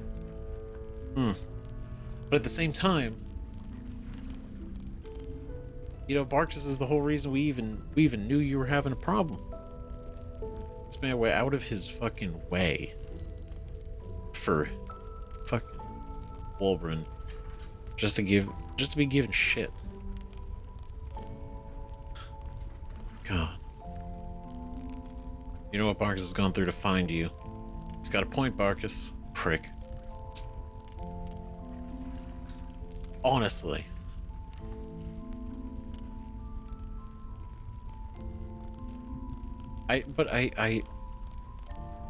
This just feels like you don't know what Barkus has gone through to find you. Ed Wolver's gonna be like, I don't care. I don't give a fuck. Wolver is so ungrateful. Doesn't even talk about it. Prick. Say that again. Let's not be uncivilized. Wulbrin, perhaps we can talk more later. Wanna go? When you've had a moment to settle in. Sure. Now, I've business to attend to. Good day to you both. Well, there we have it. Wulbrin is safe and sound. Thanks to you. I owe you a great deal. The brilliant retort, for starters. Here you are. As promised. I give you the brilliant retort. Thanks, now, man. I believe our business is well and truly concluded. I feel so bad for him, man. Dude, Wulbrin treated him like such shit. Wow. You don't owe me, Barkus. If anything, Wulbrin does. Wulbrin seems like a real arsehole. Yeah? Beating it down, Barkus. These are all true. You don't owe me, Barkus. If anything, Wulbrin does. One and the same. No. Not one and the same. I doubt Wulbrin agrees. You really care about him, don't you? Your relationship seems rather one-sided. Even with all that, he still cares about him. He's still happy he's free. He's still there. He's just kind of a little bit of a punching bag right now. But he's still with him. You really care about him, don't you? Well, once you're used to someone, you're used to them. That doesn't sound healthy. That doesn't sound healthy at all. What will you do now, Barkus? Well, perhaps Wulbrin is right. Perhaps I ought to return to Baldur's Gate. That was more like, what do you want to do? Not just what he wants you to do. Good idea. That'll have to wait. It's lethal out there.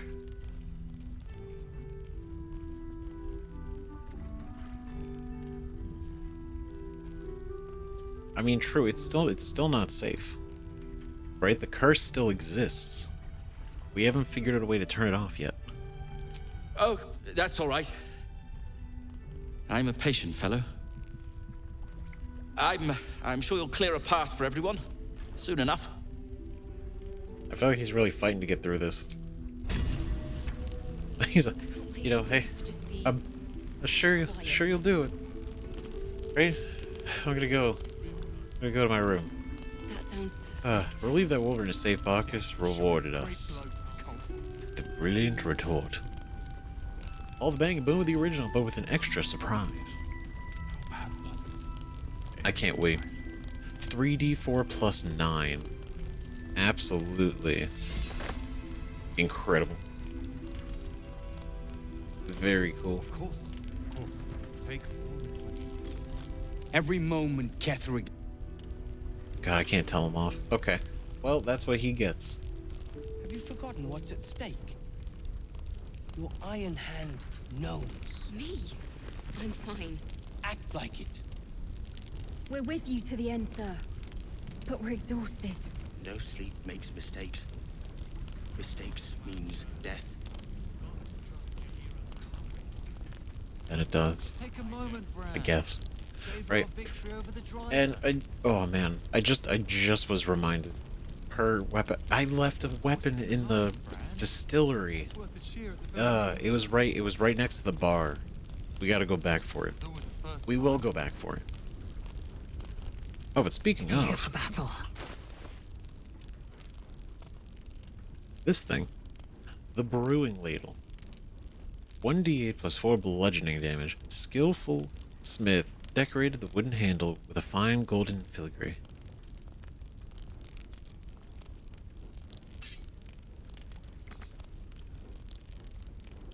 Ooh, I can't.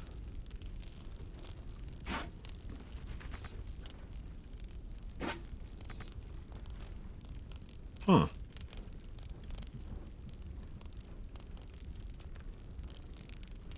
Interesting. Because it's not so much that it's not even proficiency. It just doesn't.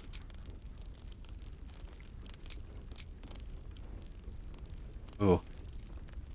Because obviously it's massive. It's huge.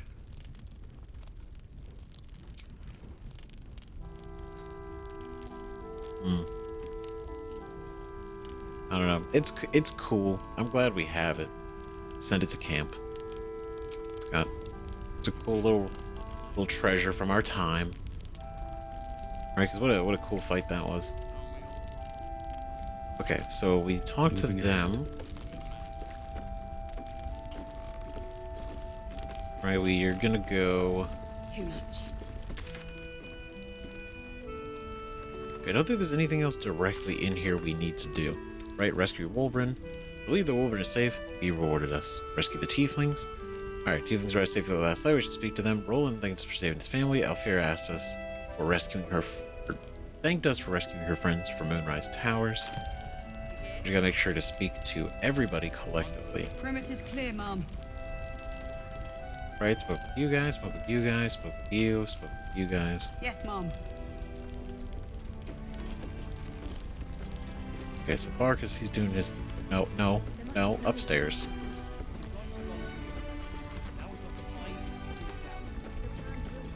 There we go.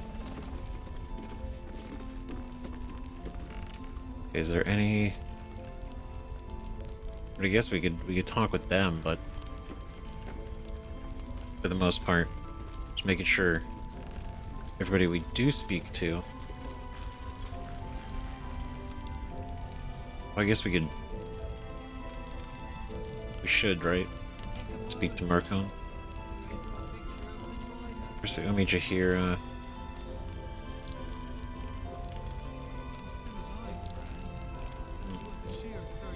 Yeah, let's do that. And then I think that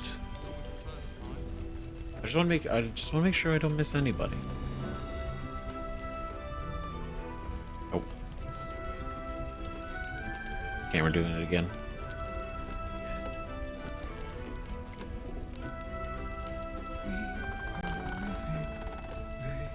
Anything else happening in here? Marcus was scum. But the rest of us are loyal to Duke Ravengard. Loyal to Baldur's Gate, I swear it. You know, that's just what he would have said. But I believe you. Seems like a good moment to talk. He keeps saying Thaniel's name. He must know more. Okay.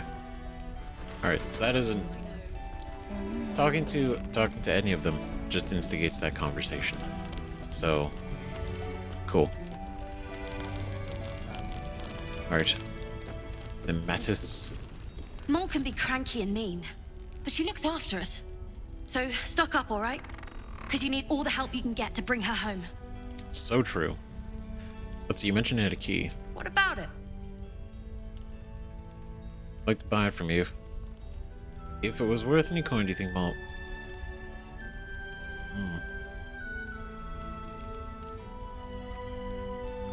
Take good care of that Don't key. worry. It isn't leaving my sight. It's expensive. It's so much money. Mol can be cranky and mean, but she looks after us. So, stock up, alright? Alright, let's you need see. all the help you can get to bring her home. 'Cause we got a lot of stuff. I gotta sort out so many of these things. Right, add this. We're gonna add like two items. Add all the torches. Add that guy. We're gonna keep you. Poisons, we'll add this. Both sets. These two.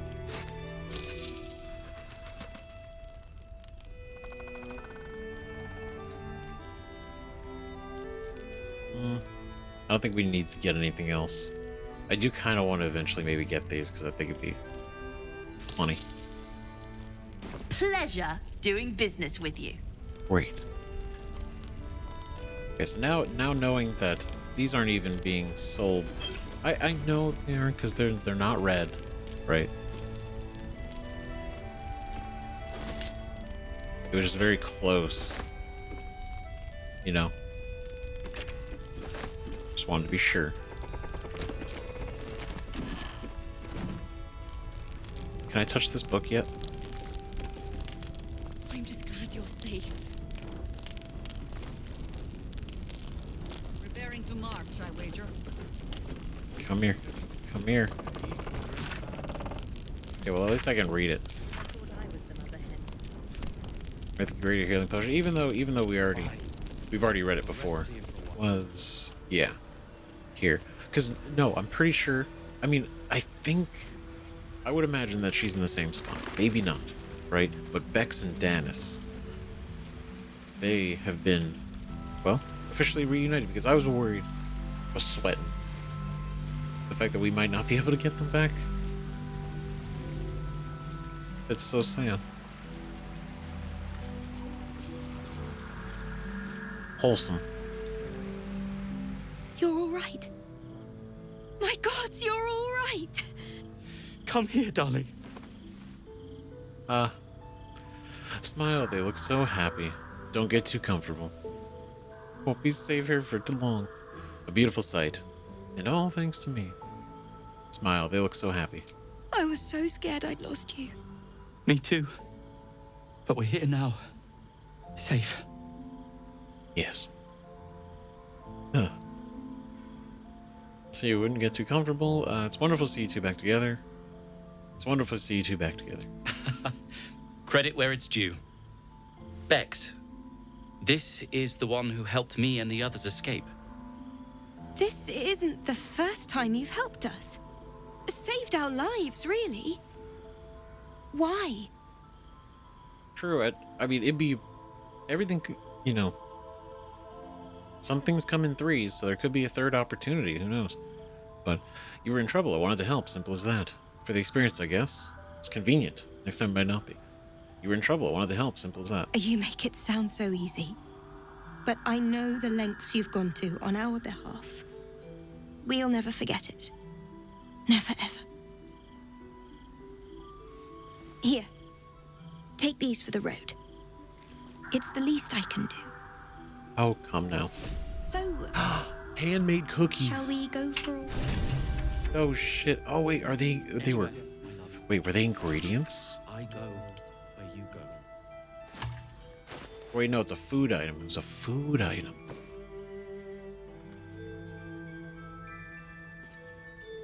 I love that. I almost never want to use them. But at the same... Because... Bex's handmade cookies. Bex's cookies. I love it. That's so nice. That's so sweet. Look at them. Thank you for bringing Danis back to me. I really don't know what I'd do without him. I know. I owe you my life. That's not a debt I'll soon forget. Don't Thank mention you. it. It's all good, man. Just doing... It's the way my parents raised me, that's all. See people in trouble, you do a good thing. That's about it. Now where should we go now? Right, because that's... Yep, okay, cool. That's everything. The Tieflings are finally safe from the horrors of Moonrise Towers. Love it. Cool. Alright, so we're good here. So the next thing we gotta do, we gotta head over here. Give the ledger to he who was. But you know what though? Before we go. Too dark. Let's go to camp. Because we haven't had a real opportunity yet. Not at all. And I think this would be a good one.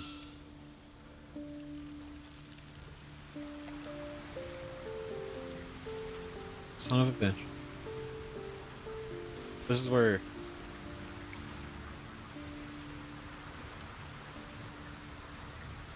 This was a spot, and now it's been turned into her camp. Or, well, not her camp, but you know, her tent. You wish to consult me? Ooh, here we go. Do you remember all that you did in the Absolute's name? I was the Absolute's dagger. I remember every throat that it held me to, and every drop of blood it forced me to spill. I take no responsibility for the lives I took. I did nothing in the Absolute's name.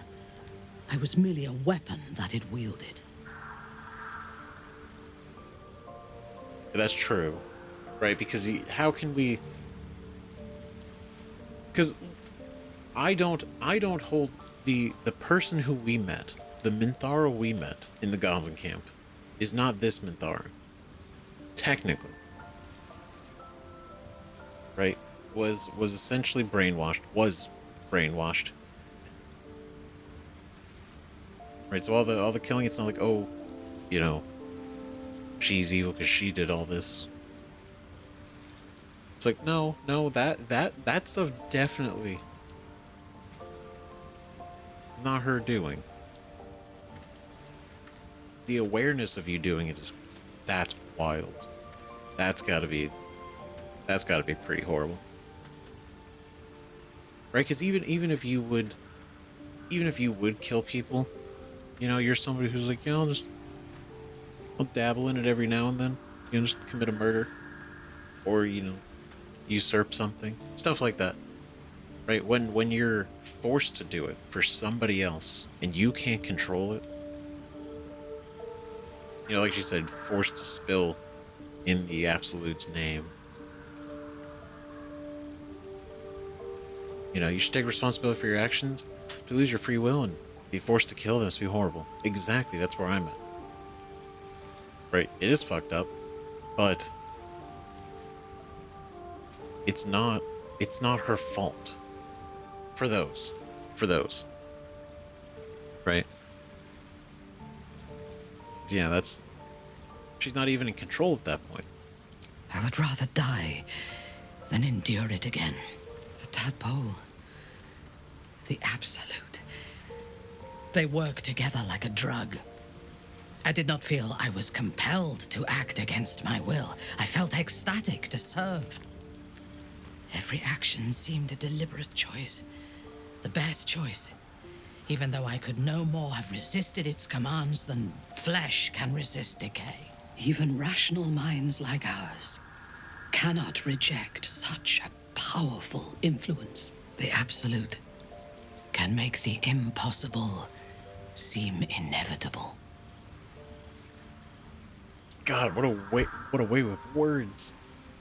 She's a really interesting character, so I can't wait to actually know more about who she actually is. You know, what her story is, both before and as we go along. Right? But that's such an interesting comparison to say it's like a drug. You know, like even though it's like you feel you have a choice, but the choice that it's essentially making you make feels like the right one, and it's the only one you can make anyway. Because you literally can't work against it. And then the feeling of doing it feels good. Like the feedback that control gives. So you not only feel like you're making the right decision, but it feels good to make that decision. That's crazy. God.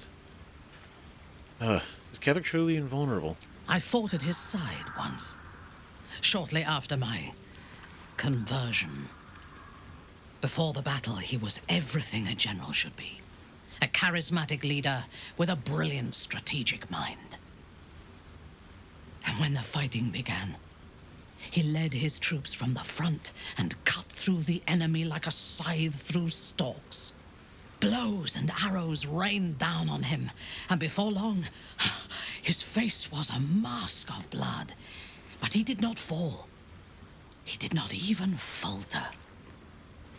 When we won the day, Kethric's armor was bent and shattered, but his flesh was unmarked. So fucking rad. That's insanity. God, can you imagine like the enemy general is taking arrows to the face, just walking through your army. You're beating the shit out of his armor. But it's not stopping him. He's not stopping. God. And then his own army looks upon him at the end. He's just like, he's good. He's good to go. How's that possible? We just need to hit him harder than they did. No. No, we're not that dumb. What chance do we have? How is that possible? What chance do we have? Every chance. Once he is stripped of his power, there is a connection to this night song of Balthazar's. Whatever or whoever it might be. We must find it and destroy it. True. Because we don't know if it's a what or a who. Like, I'm leaning on it being an item, right? Like an object. But then I also could believe it's a person. But then if the relic, calling it a relic, it could be a living relic, like a living object. But the fact that it's kept in the crypt would mean that maybe it's not humanoid, living in a way that needs like sustenance. But it could be aware, right? You're a paladin. What is the nature of your oath? Ah, there we go. That's what I want to hear too. Because she's an oath of vengeance. Paladin. And for her current direction, joining us and going after the Absolute, after everything, yeah, the vengeance lines up on that one. But like paladin oaths are very. It all depends on like the oath, and there's like a lot of details, right, of which ones, and all the various oaths kind of point into like the paladin's approach to situations, or kind of like their goal. Like vengeance is definitely more often, at least in my mind, that I've seen, right? But I do love the fact that I've had players, but I've also seen other people do it too, where, you know, you get really creative. You know, you take you work with the information and the technicalities within that. So vengeance is oftentimes, you know, fighting for the weak, fighting evil, you know, fighting back against, you know, those who, you know, have wronged others, oftentimes for good, right? She's good, but she, I don't know what her oath would be. I took up my oath long ago, when I swore bloody vengeance against any who defied Lolth. Now, I myself have sinned against the Spider Queen. Though my faith is shattered, my oath endures. I am sworn to destroy all those who serve the Absolute. All right. Thank you. I'm so happy she acknowledged it, because I was wondering the same thing. I'm like, if she's a paladin of Lolth, and she then serves this other deity, right? Or anyone else that's not Lolth, you know, would that not break her oath? Does that not break it? Does that not do that? And the fact that she even acknowledges that that's, you know, a thing. Though my faith is shattered, my oath endures. So the idea is that she is, because she's still fighting against those or against Lolth, right? That's not been broken, technically, even though she was working for the Absolute. working for, right? That didn't technically break the oath. Technically. Right, specifically oath the source of her power. You know, like the contract, in a way, but not really a contract. Right, though my faith is shattered. Right, that seems hypocritical, considering you intend to take the power of the Absolute for yourself. It is a noble purpose. Your crusade against the Absolute is nothing more than a convenient excuse for bloodshed. Damn. These options. I mean, I like this. I'm sworn to destroy all those who serve the Absolute.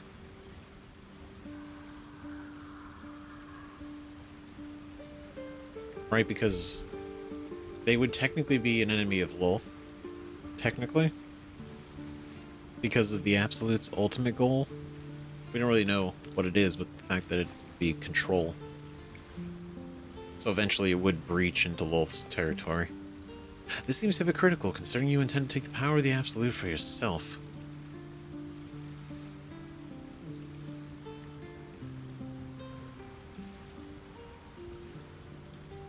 I mean, that's a good... I mean, it is a noble purpose. This I feel like is too much. Could be a convenient excuse for bloodshed. We don't even know who she really is. Truly.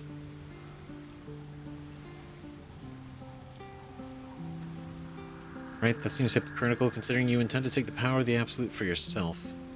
When I have had my vengeance on the cult, I do not know if my oath will still hold. I do know that when I take the Absolute's power, I will not lose control of it as our enemies have. I will harness it to create a more perfect world. Any who object to the laws of that world will have no place in it, of course, and I will gladly eradicate them. Good lord. Alright. Ambitious. Create a new world. Object to the laws of that world will have no place in it. That's intense. That's intense, Mentara. Curious to hear your thoughts about our companions. Ooh. A disparate collection of vagabonds and strays. Did you have anyone particular in mind? You know what? You know what I did? I did indeed. And it's everybody. I'm curious to hear what you think of Shadowheart. Yes. She is tolerable, but her faith in the Lady of Loss is poisonous. Alright, we're gonna get some real honest, like, outside, third-party, you know, unbiased reviews. Faith is not poison. It is an antidote to life's woes. See... Not this one. Not this faith. Not this one. What do you have against Shar? I thought you might appreciate Shar and Dogma. Right? What do you have against Shar? The Night Singer has some admirable qualities. Far more than her insipid sister. But her followers are repressed. Take the child Shadowheart. She does not even know who she is, but still manages to pity herself. Damn. The very concept of Sharan worship is self-indulgent. They would have you think every whispered word and hidden thought is of value, but it is not so. I have performed 1,000 interrogations, squeezing out the most guarded secrets held in heart, mind, and soul. I can tell you this. When the trivial parts have been whittled away and I have sifted through what remains, in most cases, a person amounts to nothing at all. I love that. That was amazing. Wow. It's so... Oh my god, it's so well sent. I love her already. She's great. For this. God. The very nature of Sharan worship is self-indulgent. Wow, calling it out. Calling it out like it is. She doesn't even remember. She doesn't even know who she is. And yet, she pities herself. Damn, Shadowheart. Seeing right through it. What do you make of Astarion? He's been deprived of freedom and strong blood for so long that he is addicted to both. While those addictions have their hold on him, he is still a slave. Damn. God, I'm sorry. I'm just like, she's good. This is so beautiful.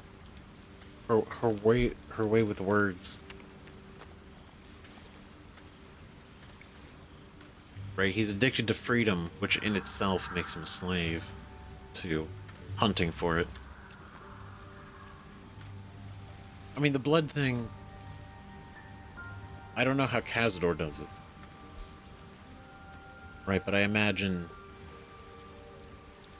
it put him in a position. I mean, we even saw when he tried, right, to bite our neck and our sleeve, draw our blood. He sounded pretty desperate. He's like, it's been so long. And then when he did, he never felt stronger. He felt great. But yeah, no, this is good. Are you worried he'll drink your blood? Astarion's no slave. He's free of Cazador. Not completely.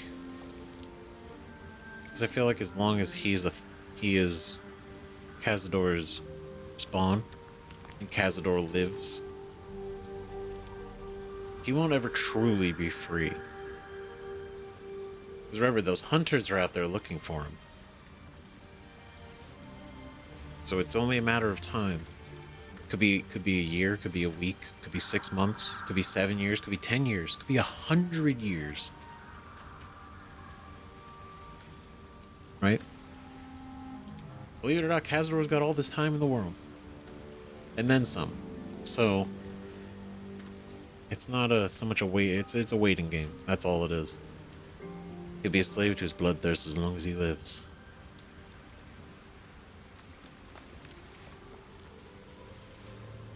I would hope not, but I mean, he is a vampire, so it really is.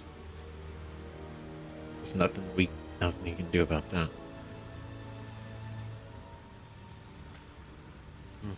You ready to drink your blood? No.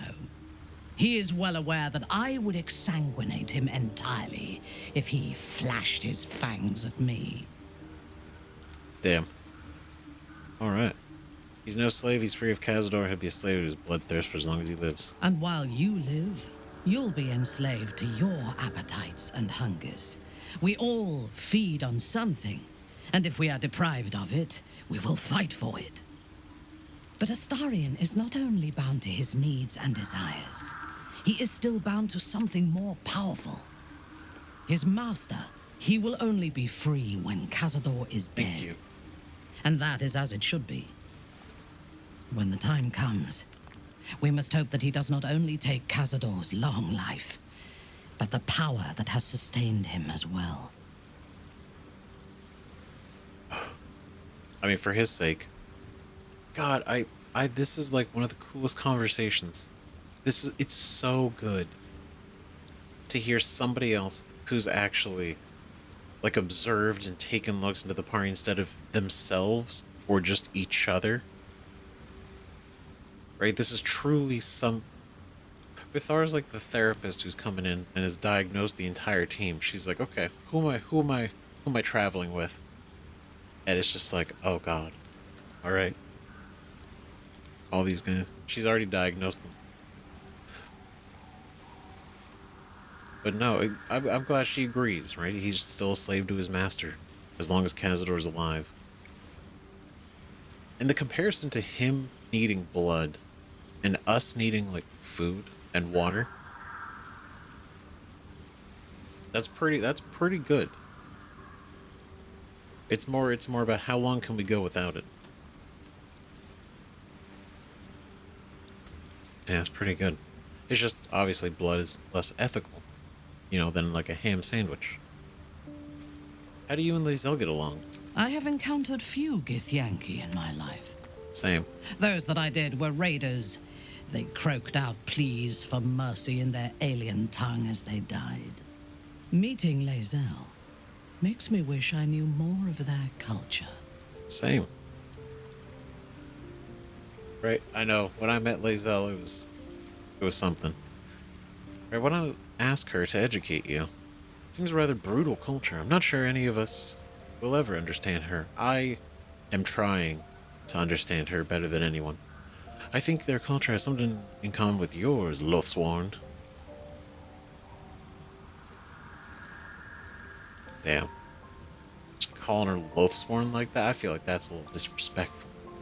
Even though she is Lothsworn. But yeah, why not ask her to educate you? I did. She told me that she has nothing to teach that cannot be learned through observation of her prowess in combat. Sounds like her. Perhaps she is right. She certainly cuts a striking figure in battle. Oh, yeah. There is a precision to her ferocity that I admire. Mm-hmm. Yep. Truly. The position of her ferocity. Precision of her ferocity. We both can admire. I'm not sure any of us will ever understand her. Seems rather brutal culture. To one who only sees the surface of things, perhaps.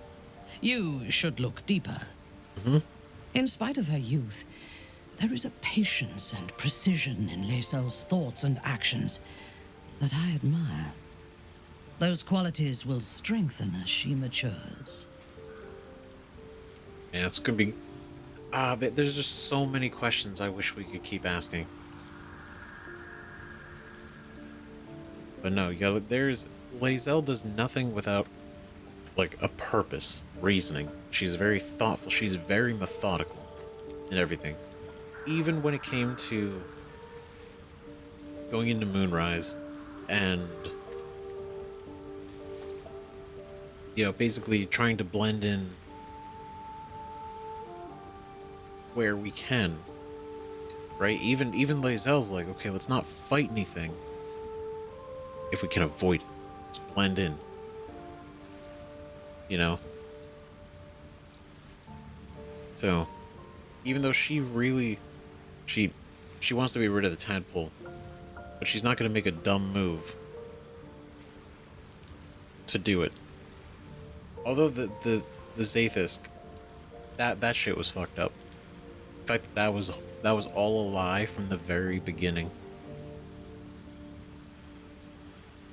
Not the lie that it didn't work for us and our tadpoles, but the lie that it in its design and its purpose was a lie. To remove the tadpole, it's like, no, it basically just kills the person. Essentially. Have you spent time with Gale? The wizard? No. That's it? That's like... The wizard? No. Wouldn't you like to get to know him? It is pointless. In my experience, the moment they leave their libraries, wizards have the life expectancy of a gnome in a war. Either the enemy recognizes they are a threat and kills them swiftly, or their curiosity leads them to combust while experimenting with the limits of magic. Our wizard is already in a state of suspended combustion, thanks to that orb between his ribs. Oh, she knows I about the orb. suspect it is only a matter of time before he goes up in smoke. Not if I can help it. I will reserve my social graces for those who might live long enough to appreciate them. God damn. Shit. I mean, I guess like the average wizard, her thought process isn't terribly wrong with, you know, for the life expectancy of a gnome in a war. Like, holy shit. But no, to be like, they're in there, like they're either, you know, pushing the limits of their magic, and then they end up blowing themselves up, or worse. You know, or they just die. Because they're focused by the enemy, because the enemy recognizes that's a wizard. Spellcaster should be killed first. Right? Oftentimes why I believe Gale's been targeted primarily in a lot of our fights. You know, because they know he's got it. But because she expects him to die. She's like, yeah, it's not worth it. It's not worth being chummy. He's gonna die next week. Thoughts on Will? Here we go. He is exceedingly self-righteous. Amusing, considering he bound himself to a devil.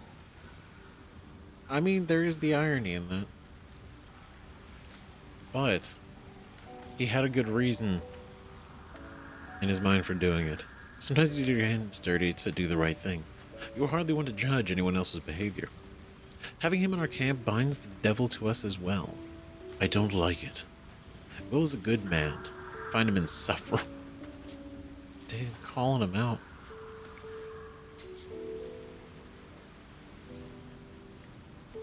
Exceedingly self-righteous, amusing, considering he bound himself to a devil. You're hardly one to judge anyone else's behavior. Oh. Sometimes you need to get your hands dirty to do the right thing.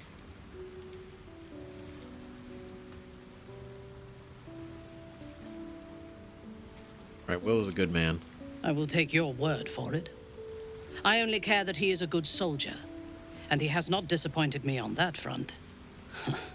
I would rather be allied with a warlock than the spoiled son of a noble who has more experience with diplomats than devils. True, and that's our boy Will. I mean, he's not... I don't know how spoiled... I don't think he's a spoiled... He's not a spoiled son. But he had a good childhood, apparently. From like, the little bit that we talked with Will about. Way back... Oh my god, way back when. Right, but you and Karlach seem to be friendly.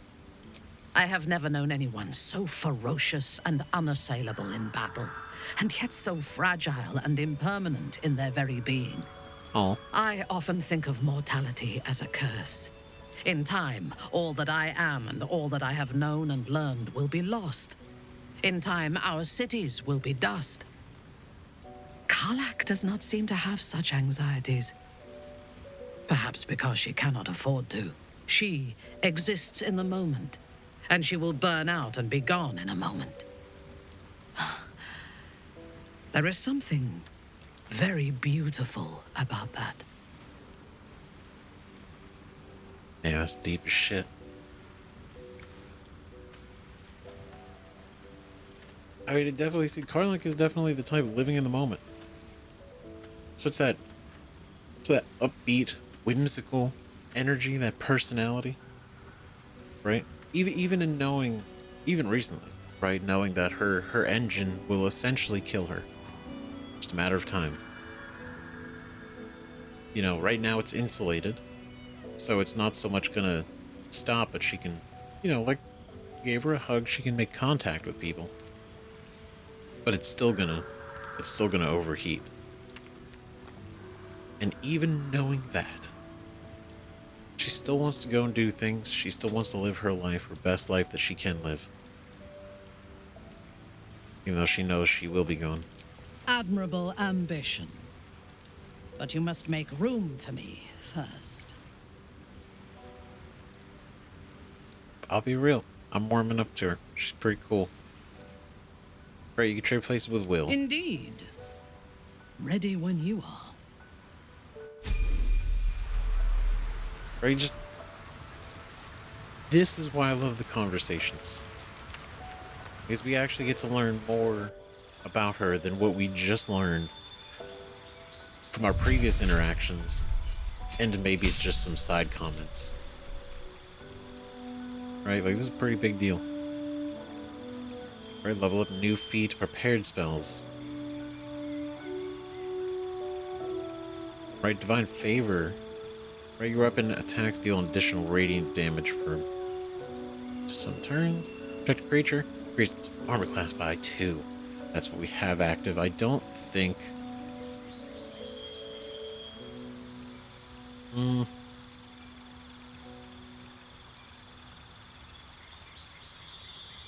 I do like command. Command is cool.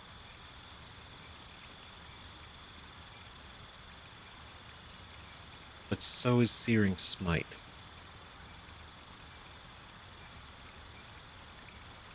Okay, let's go. We could switch it out later.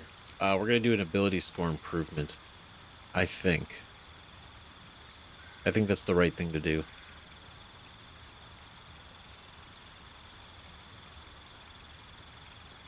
Right, because otherwise, what would we do? Right, advantage on saving throws to maintain concentration on a spell. Like, that could be cool. Because of her, I mean, being a paladin, there's a handful of spells that are concentration. Right, Shield Master. Sentinel, 2 Sentinels. Resilient.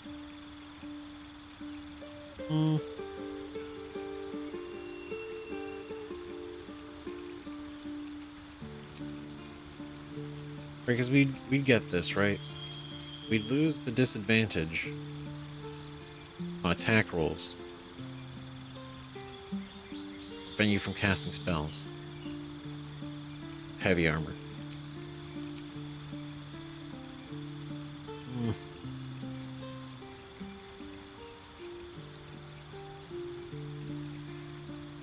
Because, like, Charger could be really cool as well.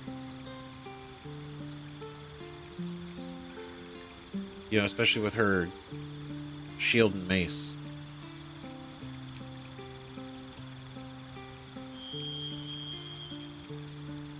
It's just, I think we want to upgrade the charisma, though. That's the catch.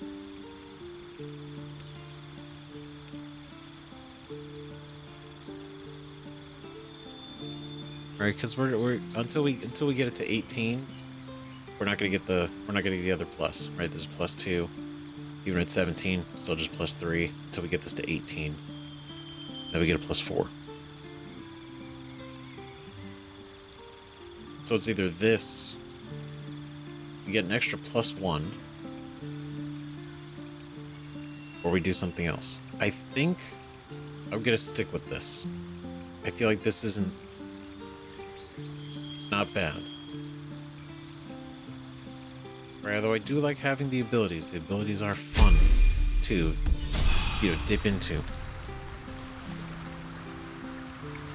That's for sure.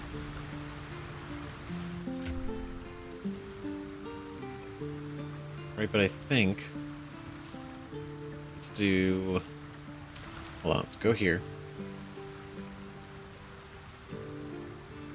Alright, so the Scimitar +2 is worse than both of these. Maybe.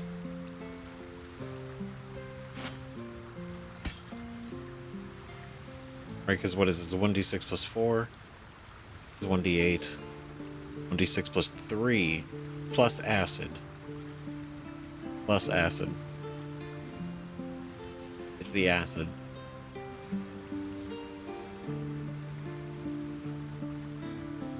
Right, but the acid is because of the ring, so theoretically 1d6 +5 plus acid. Now the catch is Break the Unbroken is the fact that it's a full HP. So if he doesn't strike the guy first, that will never trigger. Oh my, look, that's pretty. Damn. It's nice. Okay, anyway. Cruel Sting. Mentara. If it is for the best. Mentara. Give you that because she, like we talked about earlier, she can utilize the Sting the Helpless. And then Twist of Fortune. You roll 2 or less with this weapon's damage die, roll it. New result. And it has tenacity. Right, as well as blood money.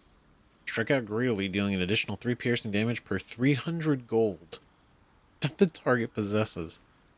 The gold will be consumed. So you literally hit them. And it absorbs their money. Right, when you poison a foe, heal yourself for 1d4 hit points. And the fact that this does poison damage... Or is this looking for the status effect? When you poison a foe, heal yourself. Yeah, okay, so it's the condition. This doesn't poison, but it does poison damage.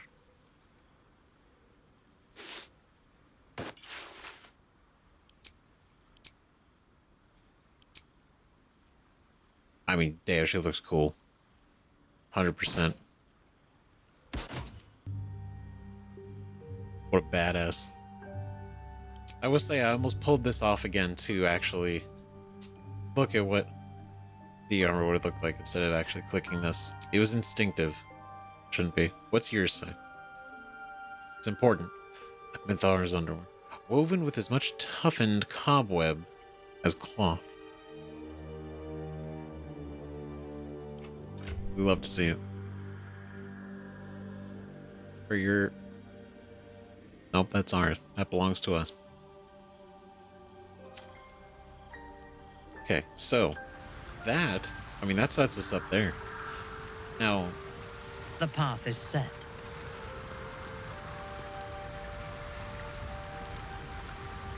I'm sorry, I'm still kind of obsessed with the fact that we're... a lot on my mind. Twinning. And, well... With our outfits. In it.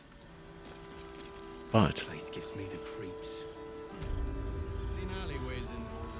Okay, real quick, so we're back here. And... We've got... Jahira wants to know about supplies. Can we make it home? Got everything set up. We don't have... So just about Just about? Just about. We don't need it right now. I was gonna say it would be good to get mage armor on. Just in case. But we'll be okay. Right, we're just walking. We're not getting involved in any business.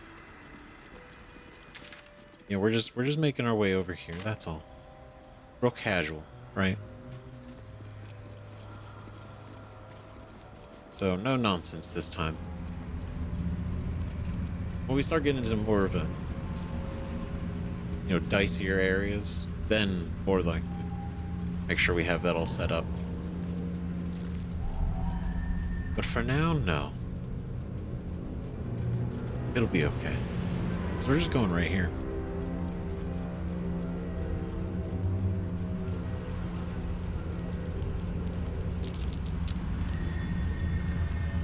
Oh, there we go. Let's see.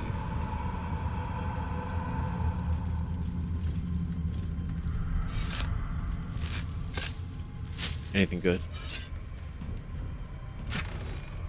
A little bit of money. A little bit of money. Right, that we just shoot up here, because I think it's fascinating the Raven actually met us over there.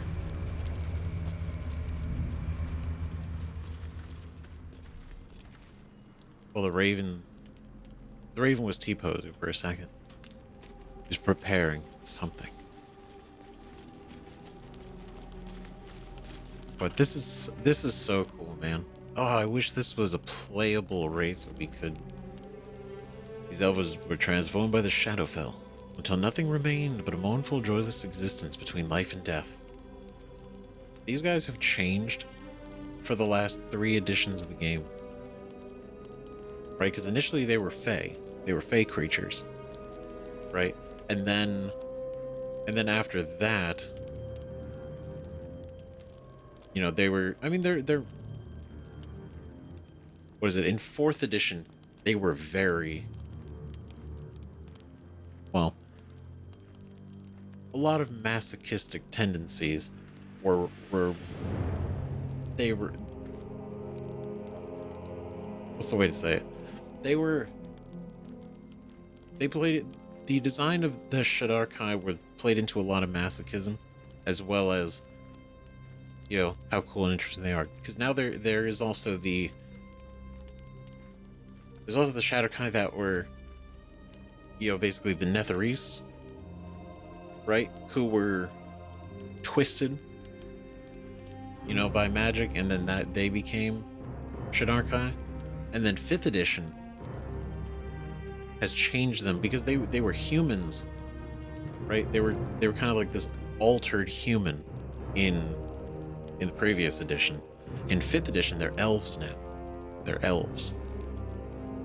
So a little bit different, right? Which I know some people. I did see a number of people. Some people that I knew in real life that weren't super happy about another elf. I thought, I was like, it's not that big of a deal. Like, I get it, but okay. But I love them. They're so cool. Their connection to the Raven Queen and the whole, oh my god, the whole story. And there's a good chunk of the 5th edition retelling of the Raven Queen becoming the Raven Queen and the existence of the Shadowkai. You know, I think it might be better if I actually just read it. Maybe we do that. But let's focus first, right? We talk to the Raven. Should we talk to the Raven, or should we talk to? We should talk to him because we have to give him the book. I have something to ask. The air stirs in trepidation.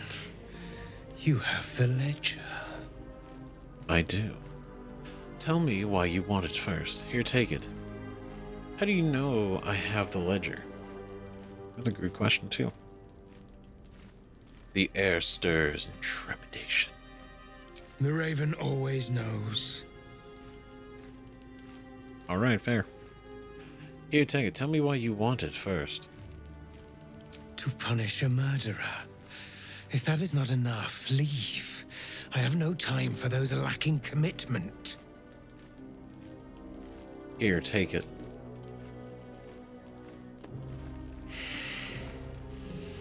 We have it. Her lies, her guilt. Madeline reported her friends to a dark justiciar and fled when they were butchered. Well, she flees no more. I will be the conduit for Madeline's spirit. I will force her to face trial, and you will be the judge. Make her beg. Make her suffer. Whoa. That's kind of it. Make her beg, make her suffer. She turned her friends in, because we knew that from reading the ledger, right? She turned her friends in to the Dark Justiciar. They went over, they found them. Friends are dead. And when she found out that, she ran. She was like, shit, this is my fault. I'm here to make sure she sees justice. Let's see what she has to say first. I'm gonna punish her thoroughly. Maybe I'll just kill you instead. I don't know about this energy, but let's see what she has to say first. Careful, for a serpent in life is a serpent in death.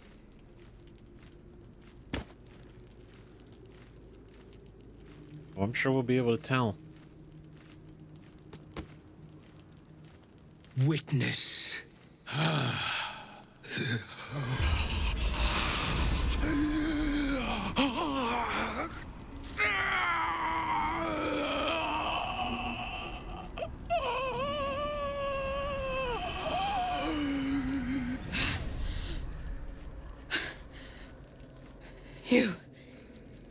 You said I was gonna be punished. That you'd be the judge. But I didn't mean to hurt anyone. Oh, this is cool. Oh my god, that's so fucking rad. So he's literally the conduit. Why don't you tell me what happened? You didn't mean to kill your friends? How laughable. It's alright, I'm not here to judge you. No, you didn't mean to hurt anyone. That doesn't mean that you didn't. You know, it's like, oh, I didn't mean to get in a car crash and kill 2 people. Well, you probably didn't, but you still did it. You know? Why'd you tell me what happened? I said it didn't mean nothing. That Ben and Mark were just drunk and whining. The Dark Justicia promised she was gonna chat with him. She promised! Yeah, I don't think their promises go very deep outside of Shar. What did the Dark Justicia actually do to your friends? If they were drunk complaining, why did you report them? That's where I'm at. A little bit, right? If they were just complaining, did the Dark Justicia overhear it? And then told you? Or did you go out of your way and tell them? Or were you playfully telling they were at the bar, you were just chit-chatting, oh yeah, they're talking shit about, you know, your boss, our boss, you know, the man, the family. If it was drunk complaining, why did you report them? The Dark Justicia said to report everything, big or small. She ain't the type you say no to. She gave him a dagger each and told him to press it against their stomachs on the count of 3, to start stabbing and not stop till she said so. She never said stop. I'd do anything to take it back. Anything. Holy hell. Good God. That's so fucking twisted. And it, I mean, it lines that they're Dark Justicias, but it's still, dude, fuck. Just for complaining. Just for talking. Just for yapping. It was stupid to say it, sure, probably. But the thing is, the Dark Justicia wouldn't have even heard about it. That's the thing. And I get the threat that they pose, you know, being around the town. Report everything, big or small. That's one of those situations where you'd probably go, I didn't hear nothing. What conversation? Anything, then hurt yourself, as Ben and Mark did. Stab yourself. I feel like, I mean, I'd be very curious, because wouldn't that kill him? Right? Pathetic. You murdered your friends. You're a coward. There's nothing you need to do. This wasn't your fault. Promise. Oh God, this is like a morality thing.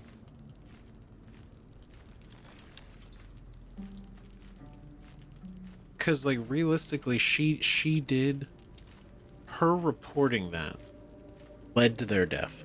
Did she know it was going to kill them? No. Did she have to report that? She believed she did.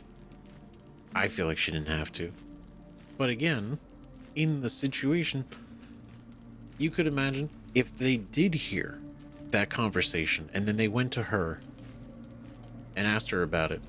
You're like, why didn't you report this? Then it's on her. Then she's in a bad position.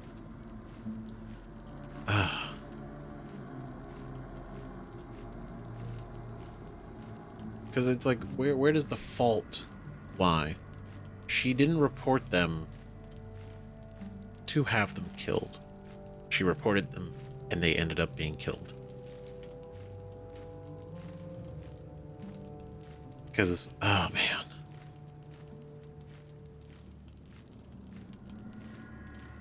I feel like there should be a fourth option here. Right?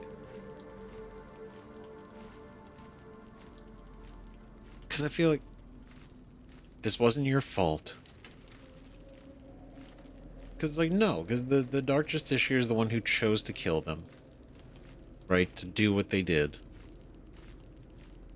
The only thing Madeline did was report something that probably didn't need to be reported. And I say probably didn't need, as in more of like, you know, like an under the table conversation. Like, just don't need to say it, you know? That was what she did. And also I feel like these two are just kind of too much. At least for Zeph, I just can't see. I can't see Zeph going and being like, Yeah? Okay, well then stab yourself.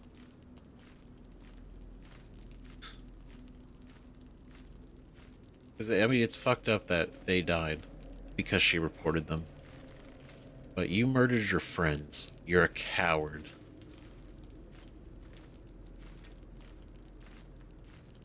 I feel like anybody would have done the same thing.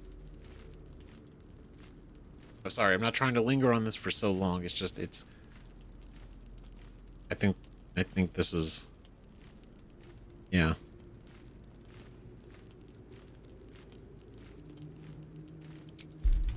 Yeah, because knowing, like, how everything would have been back then. We'll use Mentara's guidance. Knowing how everything would have been, how oppressive it probably was having just Ishirs roaming around.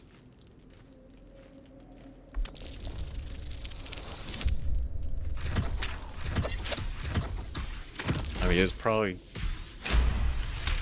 33. What I did was wrong, and I won't ever forgive myself. But hearing that just one person doesn't hate me, that one person forgives me, makes the load so much lighter. Thank you.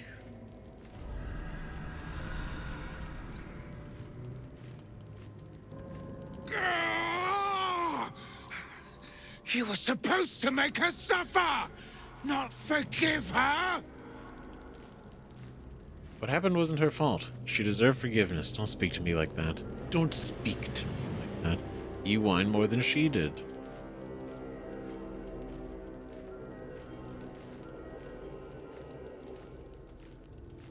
What happened wasn't her fault. I mean, that's the... I think the only thing is the fact that she's the one who reported it. Right? If they came in and took them from her distillery, like, came in during business hours while she was there, grabbed her patrons and dragged them outside, and she didn't do anything, then it'd be like, okay, well, it wasn't, like, what's she gonna do, get involved?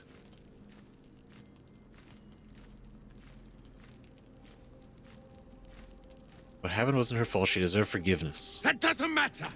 I seek the guilty, the tormented, the anguished.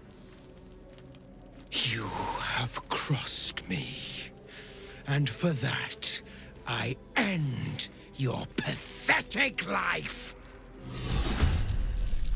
You don't want to do that. You don't want to do that, bro. Come on now. Let's not do this. Let's not do this. Gloom Weaver. Ooh, very cool. After taking damage, he may turn invisible. Okay. They also get the Fey ancestry.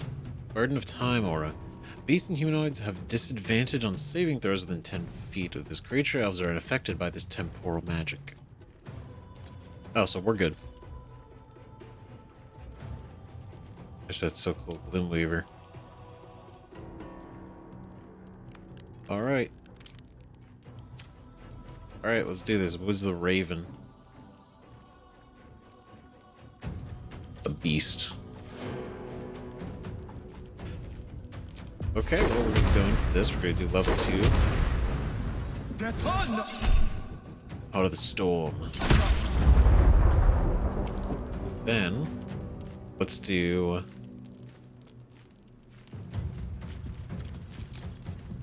Yeah, you know what? We're gonna do Chromatic Orb Thunder.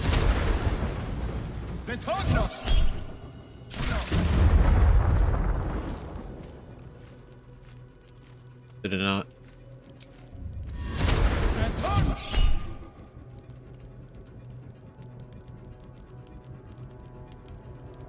I can't. Every time I do this, it's like it's not casting the spell.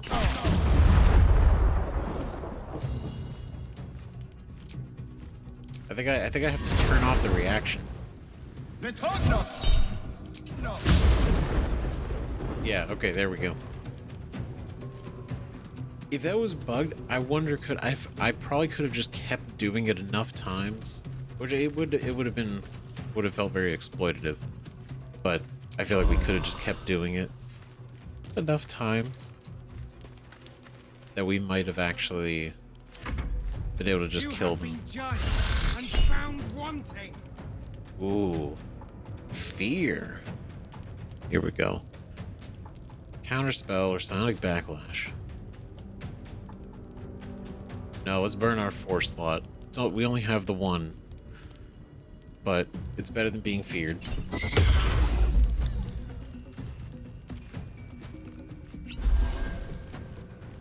That's right, heal while you can. Alright, Shadowheart, well, let's go. Let's go. Divine Strike Thunder. God, I want to use it so badly. But let's do this. Spirit Guardians.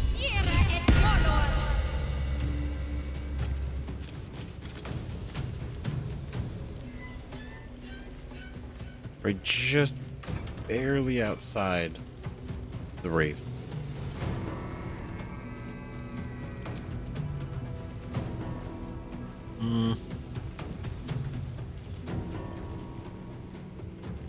I don't think we're gonna use it. We don't have any 2 spell slots anyway. I will ascend. Alright, here we go. Let's do... I'll just do... Oh, wait, no. Oh, wait, I need a short rest. I did not take a short rest, because I didn't anticipate us actually fighting this guy. I should have.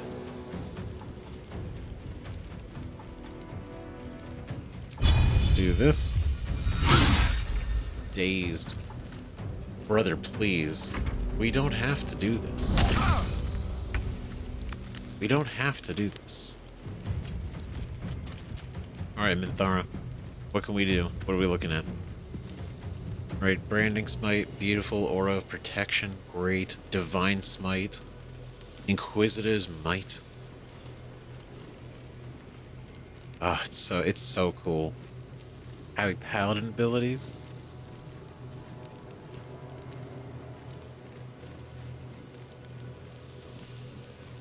Right, concentration on guidance. Okay, yeah, I'm not worried about that then.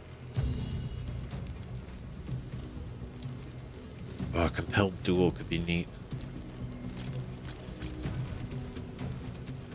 I'm not worried about this. This is easy. We're walking in and out.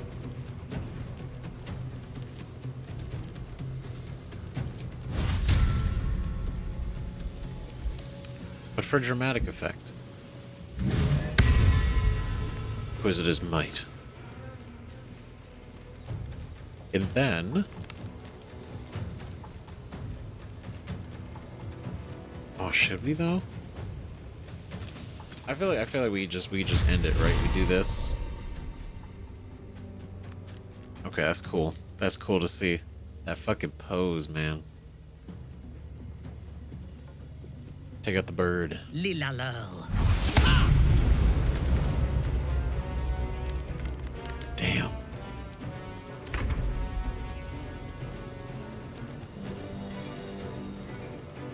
Look, man. The fact that you I don't...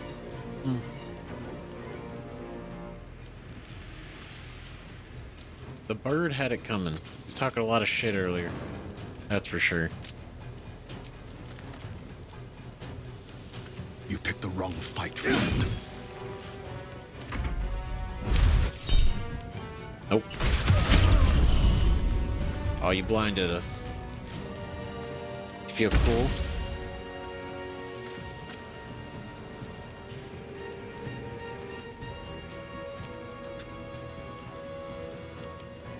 Broke concentration. Look at that. Failed concentration saving throw.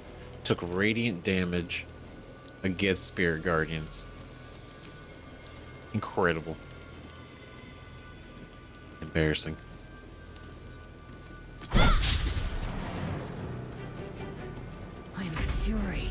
I am death. You are. There it is. Alright, now I forgive you. Return it once. You know, I'm taking this. You can keep your spear, your armor, and your arrow. What's your bird got on it? Nothing. Nothing. Alright.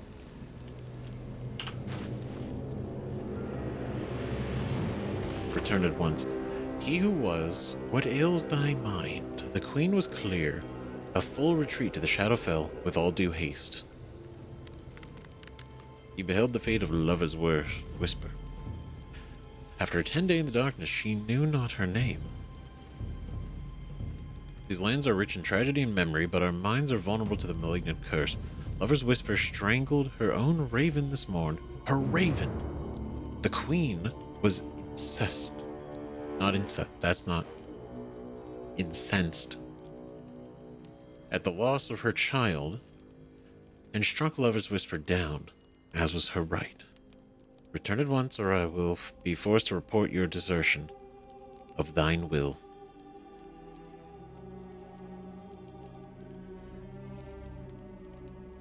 So this was something he was given. So this dude, he came here.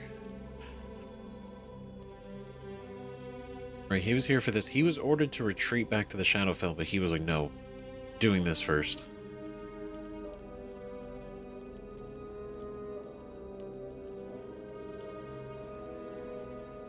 The queen, right? The Raven Queen. She killed a raven. And then the queen killed Lover's Whisper. For it. Right? Shadowfell, once again mentioned. Very cool. Right? The Plane of Shadow. What it used to be called. But it's the Shadowfell. Which is a cool name. Right? But when you hear it, you feel... It can come off...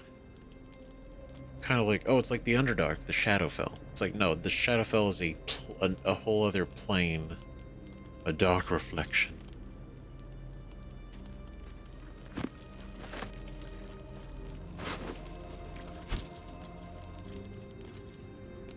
Yeah, bro, you left this cheese on her the whole time?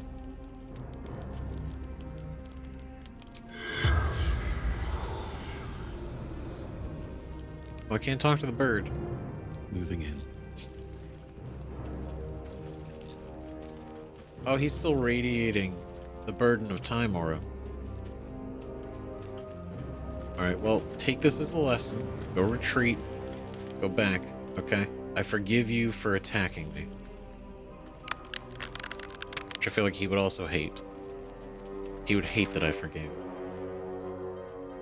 But, no, I think now I feel like we're in a good spot to pick up on the next episode, officially, right? This has now kind of extended this one even further. But I did want to go through, because I thought it was the right thing to do. Plus, you know, we all wanted to see it. Right, going through Last Light in, and then go and return, turning this in. Now, I do wonder if this could have gone differently. Or what would have happened if we handled it differently, or the way he wanted us to. You know?